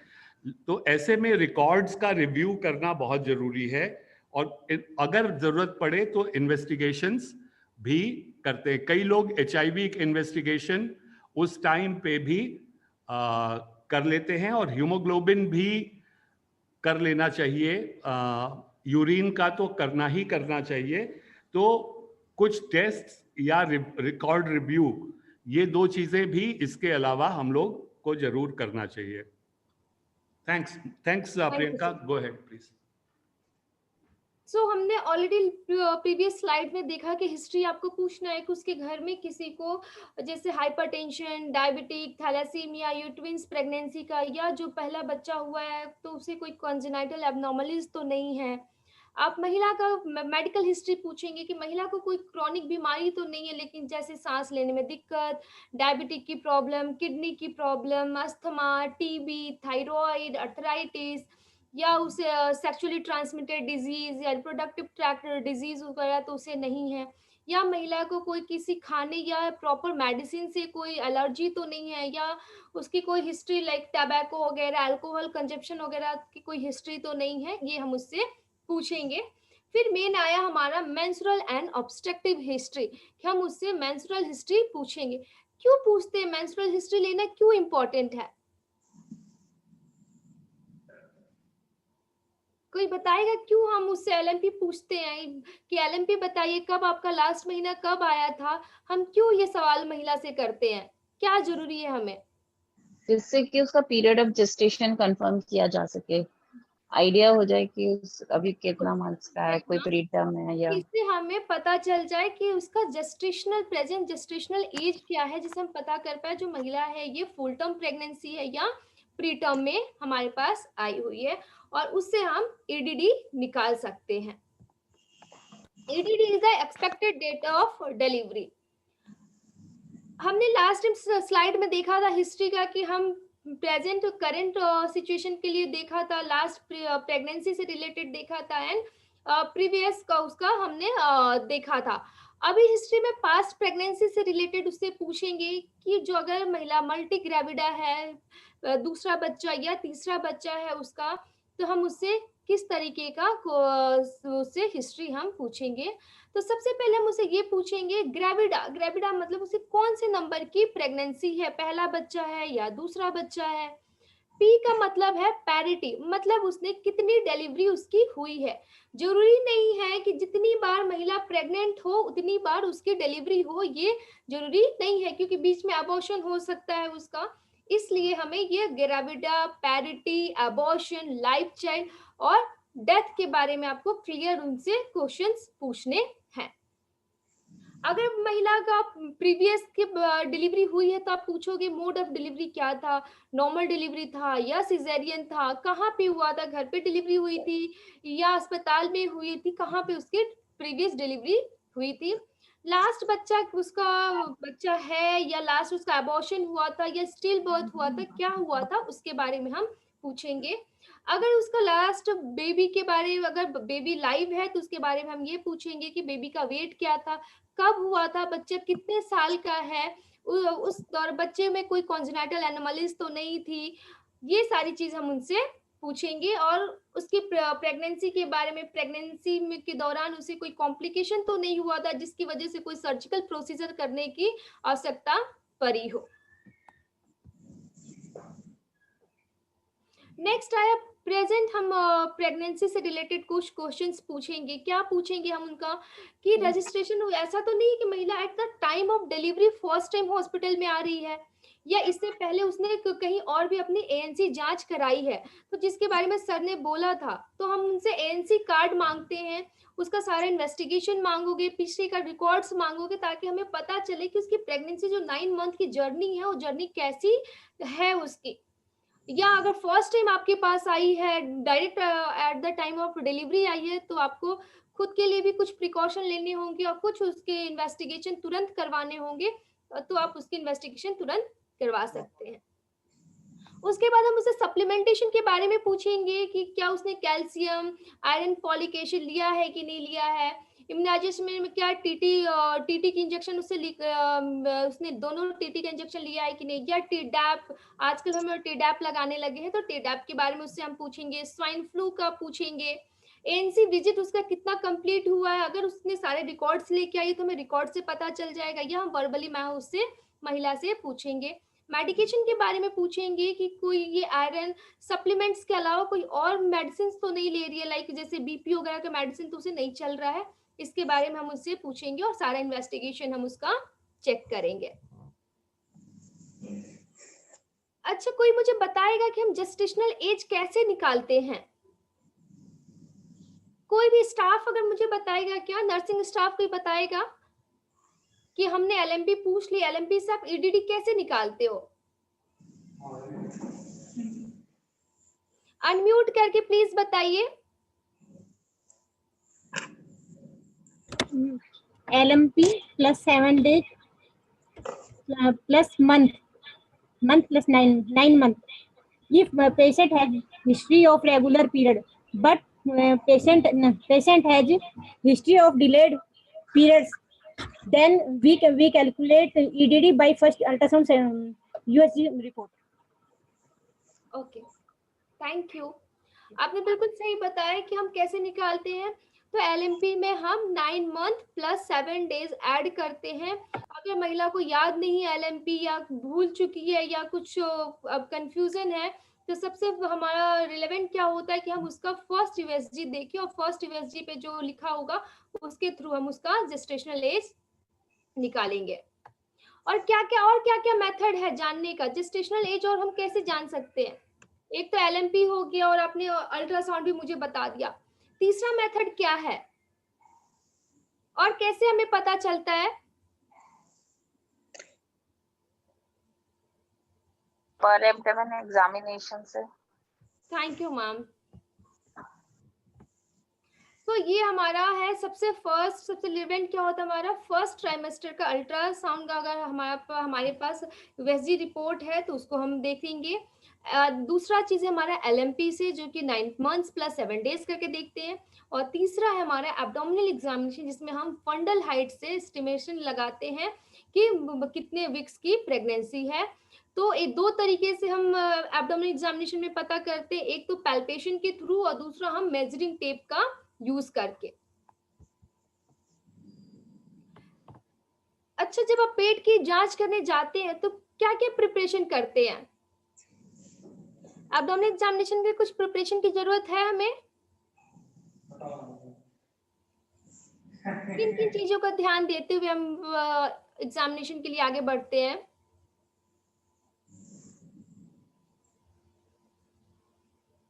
अनम्यूट करके बोलिए प्लीज, कोई बता रहा है?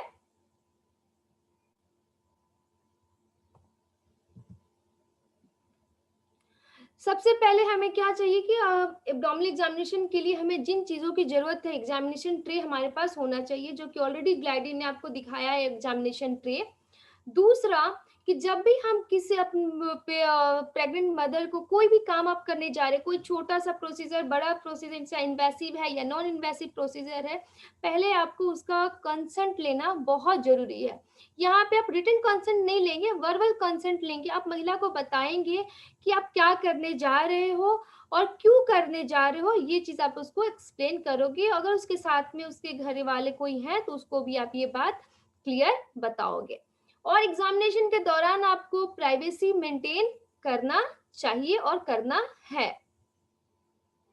हमारा थंब रूल क्या है कि जब हम पेट की जांच करने जाते हैं तो हमें ये पक्का से ध्यान देना है कि हमें महिला को कहना है कि वो जाके पहले यूरिन पास करके आए, फिर हम उसको एग्जामिनेशन करने के लिए एग्जामिनेशन टेबल पे लिटाएंगे। ऐसा नहीं कि हमने पहले लिटा दिया, फिर हम आए और ये पूछा अरे तुम पेशाब करके आए हो, नहीं, फिर आप उसे उठा रहे हो, फिर भेज रहे हो। तो ऐसा नहीं, पहले आप लिटाने से पहले ही आप उसे यूरिन पास करने के लिए बोलेंगे। अगर वो पास करके आई है तो सही, ठीक है।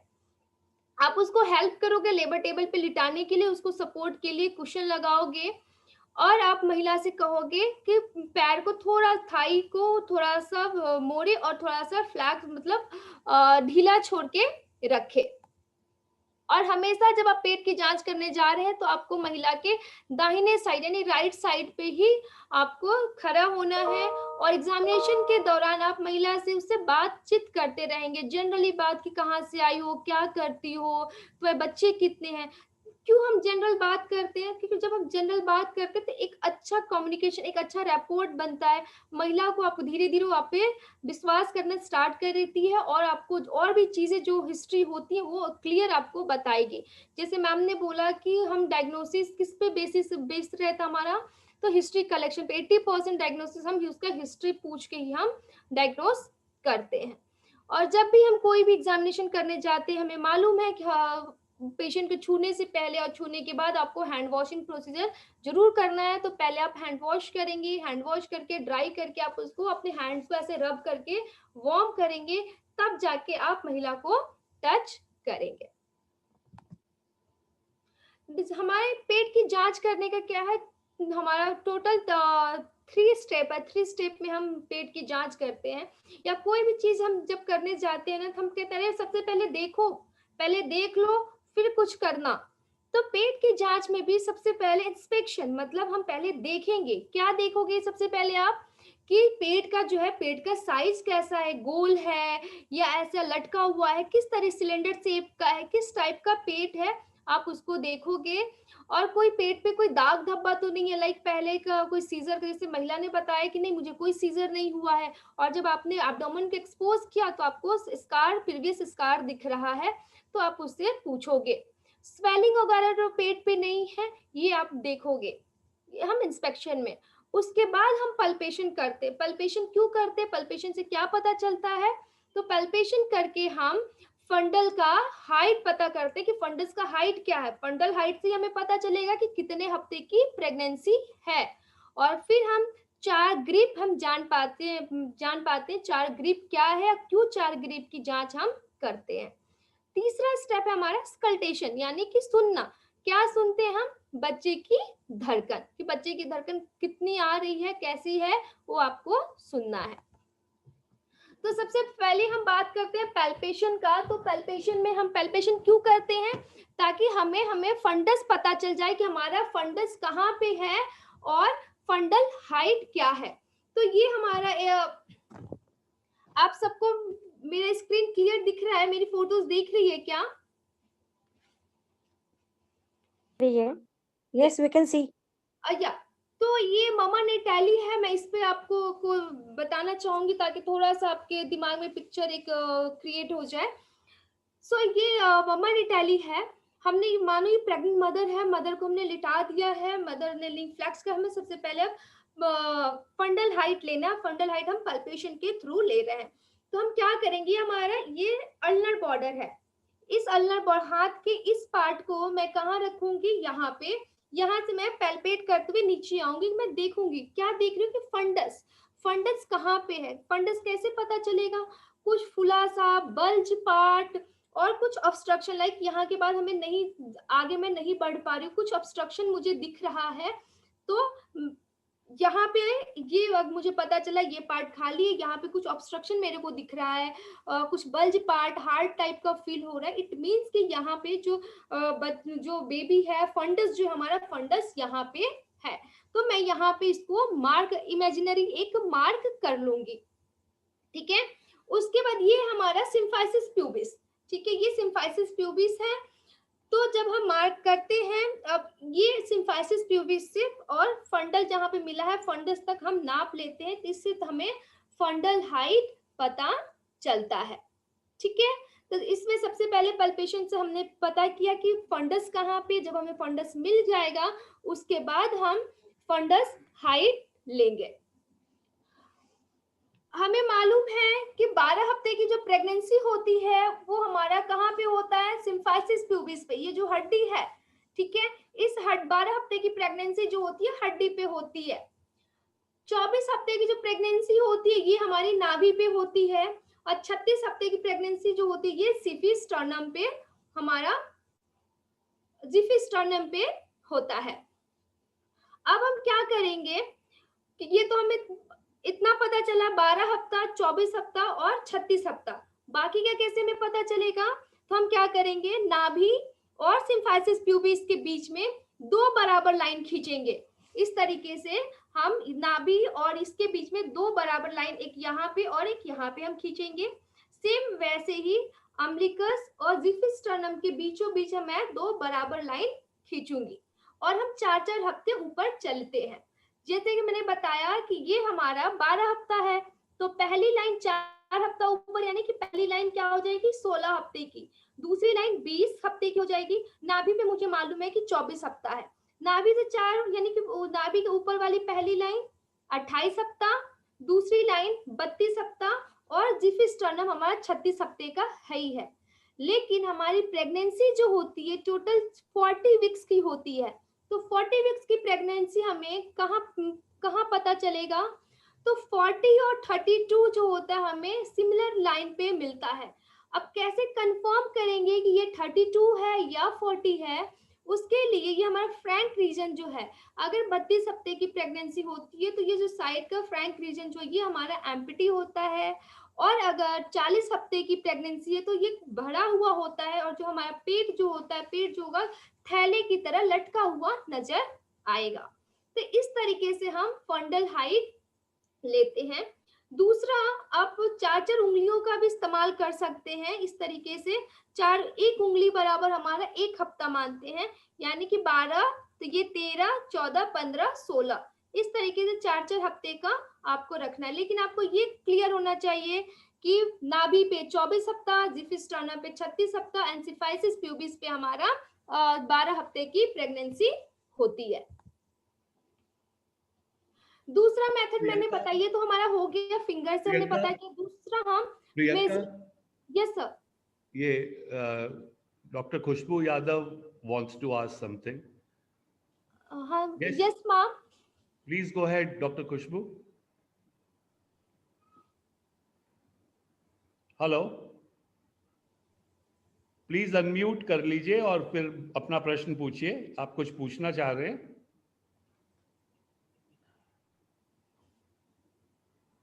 हेलो, सर उन्होंने ऑडियो ज्वाइन नहीं किया है। ओ तो ये डॉक्टर खुशबू यादव, आप अपना क्वेश्चन लिख भी सकती हैं, फिर हम लोग रिस्पॉन्ड कर देंगे अगर आपने ऑडियो नहीं ज्वाइन किया है तो। अगर सर ऑडियो नहीं ज्वाइन किया तो हमें सुन भी नहीं पा रही होंगी। हाँ एग्जैक्टली, उनको मैसेज कर चैट बॉक्स में आप टाइप कर दीजिए। हाँ, पर्सनली मैम से बात कर लेंगे। ठीक। नेक्स्ट हमारा क्या है कि हम इंच टेप का यूज करते हैं। इंच टेप का यूज कैसे करेंगे? सबसे पहले जो सेंटीमीटर, इंच टेप में दो होते हैं, एक तरफ इंच और दूसरी तरफ सेंटीमीटर मेंशन होता है, तो हम सेंटीमीटर वाले पार्ट का यूज करेंगे। हम फर्स्ट इंच टेप को एंड फर्स्ट स्टार्टिंग जो है हम सिम्फाइसिस प्यूबिस पे रखेंगे, ऊपर वाले उस पे, और उसका एंड जो है जहां पे मुझे फंडस मिला था मैं फंडस पे रखूंगी। जितना सेंटीमीटर आएगा इट मींस कि उतनी हफ्ते की प्रेगनेंसी है। ठीक है, जितना सेंटीमीटर आएगा उतनी, यानी कि अगर 36 सेंटीमीटर आ रहा है तो 36 हफ्ते की है, 32 आ रहा है तो 32 हफ्ते की है। तो 32 हफ्ते में आ रहा है तो आपको उसके बाद ये साइड से भी आपको चेक करना होगा। ठीक है, 1 सेंटीमीटर इक्वल टू 1 वीक होता है। और इंच टेप का इस्तेमाल हम 24 हफ्ते के बाद करेंगे। 24 हफ्ते से पहले हम फिंगर से यूज करेंगे, फिंगर से पैल्पेट करके देखेंगे। 24 हफ्ते से ऊपर की प्रेगनेंसी है तो हम इंच टेप का इस्तेमाल करेंगे। और क्या क्या हम एग्जामिनेशन करते हैं पेट की जांच में, और क्या क्या चेक करते हैं, कोई बताएगा? और क्या क्या चीज हम देखते हैं? फंडल हाइट हमने देख ली, हमें फंडल हाइट पता चल गया, हमने असेस कर लिया। और कुछ? हार्ट फिक्स है कि नहीं है? हाँ, द प्रेजेंटिंग पार्ट फिक्स है कि नहीं है? Okay. It's already 5 o'clock. You need to increase your speed. Okay. So first हमने देखा कि फंडल पैल्पेशन, हमने फंडस क्यों पता किया था? ताकि फंडल हाइट देखने के लिए। दूसरा, हमें फंडस से क्या पता चलेगा? जब हम यहाँ पे पैल्पेट करेंगे दोनों हाथों से तो हमें क्या पता चलेगा कि यहाँ पे बेबी का क्या प्रेजेंटिंग पार्ट, यहाँ पे कौन सा पार्ट है, हेड है या बटक है? अगर हेड हुआ तो इट मींस क्या हो गया? Bridge presentation. अगर हेड ऊपर है तो बटक नीचे होगा, बटक ऊपर है तो हेड नीचे होगा, तो ब्रिज प्रेजेंटेशन। अगर मान लीजिए कि फंडस आपका खाली है और तो ट्रांसवर्स लाई हमारा हो सकता है। तो फंडल पल्पेशन से ये फर्स्ट ग्रिप, फंडल ग्रिप से हमें क्या पता चला? बेबी का प्रेजेंटेशन और लाई, बच्चा कैसा लेटा हुआ, लंबा है, आड़ा है, तिरछा है, कैसा है, ये हमें पता चलता है। दूसरा ग्रिप आया लैटरल ग्रिप। लैटरल ग्रिप में हम क्या करते हैं? एक हाथ से हम इस तरीके से साइड धक्का देते हैं हल्के से, और दूसरे हाथ से मैं यहाँ पे पैल्पेट करूंगी। अगर पैल्पेशन में मुझे पता चला कुछ कर्व मास टाइप का फील हो रहा है, इट मींस कि बच्चे का पीठ इस साइड पे है तो बच्चे का हाथ पैर हमारा इस साइड पे होगा। ये लैटरल ग्रिप मैं क्यों बता रही हूँ, क्यों इंपॉर्टेंट है कि लैटरल ग्रिप से हमें जब पता चलेगा बेबी का बैक किस साइड पे, जिस साइड पे बेबी का बैक होगा उस साइड पे हमें बेबी का FHR यानी फिटल हार्ट रेट बहुत अच्छे से सुनाई देगा, इसलिए हम ये लैटरल ग्रिप लेते हैं। तीसरा ग्रिप आया हमारा first pelvic grip. First pelvic grip के लिए हम इन दो थंब एंड इंडेक्स फिंगर का यूज करते हैं। इस तरीके से हम यहाँ पे इस पार्ट को ऐसे पकड़ते और इसको हिलाते हैं। अगर ये हिल रहा है यानी ब्लडमेंट हो रहा है, इट मींस कि बेबी का हेड जो है अभी हमारा पेल्विक ब्रिम में एंटर नहीं हुआ, अभी फिक्स नहीं हुआ है, एंगेज नहीं हुआ है। अगर ये पार्ट खाली है, अगर पकड़ने पे कुछ नहीं हो रहा, पार्ट अगर खाली है, इट मींस कि हमारा बेबी जो है, फीटस जो है कैसा लगा है, ये ट्रांसवर्स लाई, इस तरीके से जो बच्चा है वो अंदर लेटा हुआ है। चौथा आया हमारा पेल्विक ग्रिप 2। पेल्विक ग्रिप 2 हम क्यों करते हैं? पेल्विक ग्रिप 1 को कंफर्म करने के लिए हम पेल्विक ग्रिप 2 करते हैं। इसमें हम इन दोनों हाथों का इस्तेमाल करते हैं। इस तरीके से हम यहाँ पे हाथ डालते हैं और देखते हैं। अगर ये दोनों फिंगर मिल रही है, इट मींस कि अभी भी हमारा हेड फिक्स नहीं हुआ है, हेड हमारा पेल्विक ब्रिम में एंटर नहीं हुआ है। अगर ये हमारा हाथ ऐसे जा रहा है, इसका मतलब कि हेड जो है वो पेल्विक ब्रिम में एंटर कर चुका है। FHR हमने देखा कैसे लेना है, हमने बताया कि जिस साइड पे हमें पीठ मिलेगा उस साइड पे हमें FHR बिल्कुल क्लियर मिलेगा। तो अगर सिफेलिक प्रेजेंटेशन है तो हमें बच्चे की धड़कन नाभि से नीचे मिलेगी। तो हम क्या करेंगे, एक इमेजिनरी लाइन, आपको डायग्राम दिख रहा होगा, इस तरीके से आप 2 इमेजिनरी लाइन खींच लेंगे और जिस साइड पे पीठ है आपका वो आप स्टेथोस्कोप का यूज करके आप वहां पे बच्चे की धड़कन कंप्लीट 1 मिनट तक आप स्टेथोस्कोप रखेंगे और आप बच्चे की धड़कन लेंगे। हमें पता है कि बच्चे की नॉर्मल धड़कन जो होती है 120 से 160 बीट्स पर मिनट होती है। तो अगर 120 से कम है या 160 से ज्यादा है यानी कि फीटस को अंदर कुछ कॉम्प्लिकेशन है, आप तुरंत अपने मैम को इन्फॉर्म करेंगे। अगर ब्रिज प्रेजेंटेशन होता है तो हमारे अम्बिलिकस से ऊपर हमें बच्चे की धड़कन मिलेगी। बच्चे की जो धड़कन है स्टेथोस्कोप और फिटोस्कोप से हम 24 हफ्ते के बाद बिल्कुल क्लियर तरीके से सुन सकते हैं। लास्ट हमारा आया कॉन्ट्रैक्शन, कि आप कॉन्ट्रैक्शन कैसे चेक करेंगे। तो कॉन्ट्रैक्शन चेक करने के लिए भी हमें फंडस, हमें ऑलरेडी मालूम, हमने फंडस पल्पेट करके रखा हुआ है, हमें मालूम है कि फंडस यहाँ पे है। तो आप क्या करेंगे, फंडस पे हाथ रखेंगे 10 मिनट तक। 10 मिनट में आपको देखना है कि यूट्रस कितनी बार कॉन्ट्रैक्ट हो, यानी कितनी बार हार्ड हो रहा है। 1 बार, 2 बार, 3 बार, 4 बार आपको देखना है। और अगर यूट्रस हार्ड हुआ, कॉन्ट्रैक्ट हुआ, तो कितने सेकंड के लिए रहा कॉन्ट्रैक्शन, क्योंकि पूरे टाइम तो हार्ड नहीं रहता, हार्ड होगा फिर कुछ सेकंड के बाद रिलैक्स हो जाता है, फिर हार्ड होता है, फिर रिलैक्स होता है। तो आपको ये देखना है, फ्रीक्वेंसी देखनी है और ड्यूरेशन दोनों देखना है कि कितनी बार कॉन्ट्रैक्ट हुआ और हाईएस्ट कितने सेकंड के लिए कॉन्ट्रैक्ट रहा।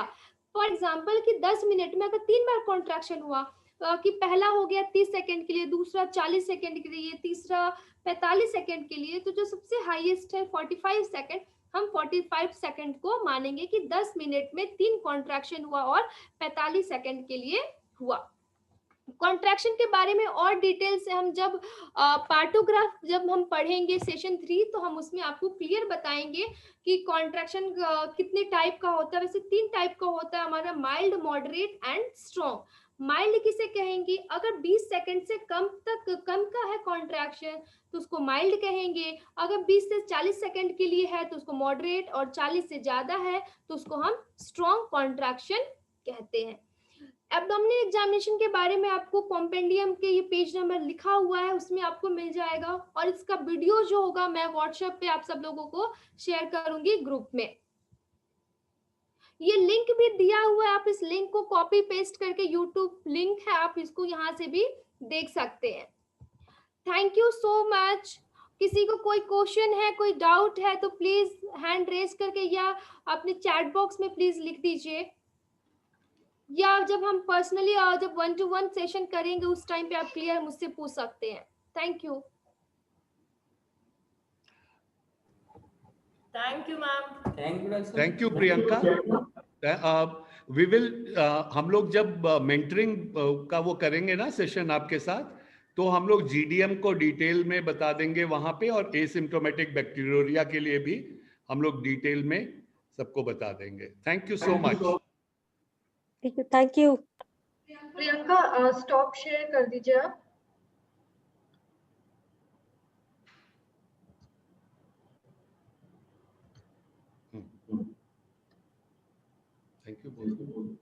Thank you everyone. आप लोगों ने इतनी देर तक बैठे रहे और ध्यान से सारी बातें सुनी। आई होप आप लोगों को जो पढ़ाया गया आज समझ में आया होगा। अगर अभी भी कोई डाउट्स हैं आपके तो आप हमारे प्रोग्राम ऑफिसर प्रियंका या ग्लाइडेन दोनों में से किसी एक से पूछ सकते हैं। और ग्रुप में भी अपना डिस्कशन प्लीज कंटिन्यू रखिएगा, बिकॉज जितना ज्यादा इंटरेक्शन आप लोग ग्रुप में करेंगे, आपके डाउट्स के चक्कर में हो सकता है किसी और के डाउट भी क्लियर हो जाएं जो पूछ ना पा रहे हो। और इसी के साथ मैंने आपको एक लिंक भी शेयर करा है अभी चैट बॉक्स में, जो कि एक फीडबैक लिंक है। आज का सेशन आपको कैसा लगा, आप प्लीज उस छोटा से 10 क्वेश्चंस हैं उसमें, आप उसको क्लिक करेंगे तो आपको एक वेब पेज पे लेके जाएगा। और आपको हमारा ये सेशन कैसे लगा उसमें फीडबैक जरूर दीजिएगा।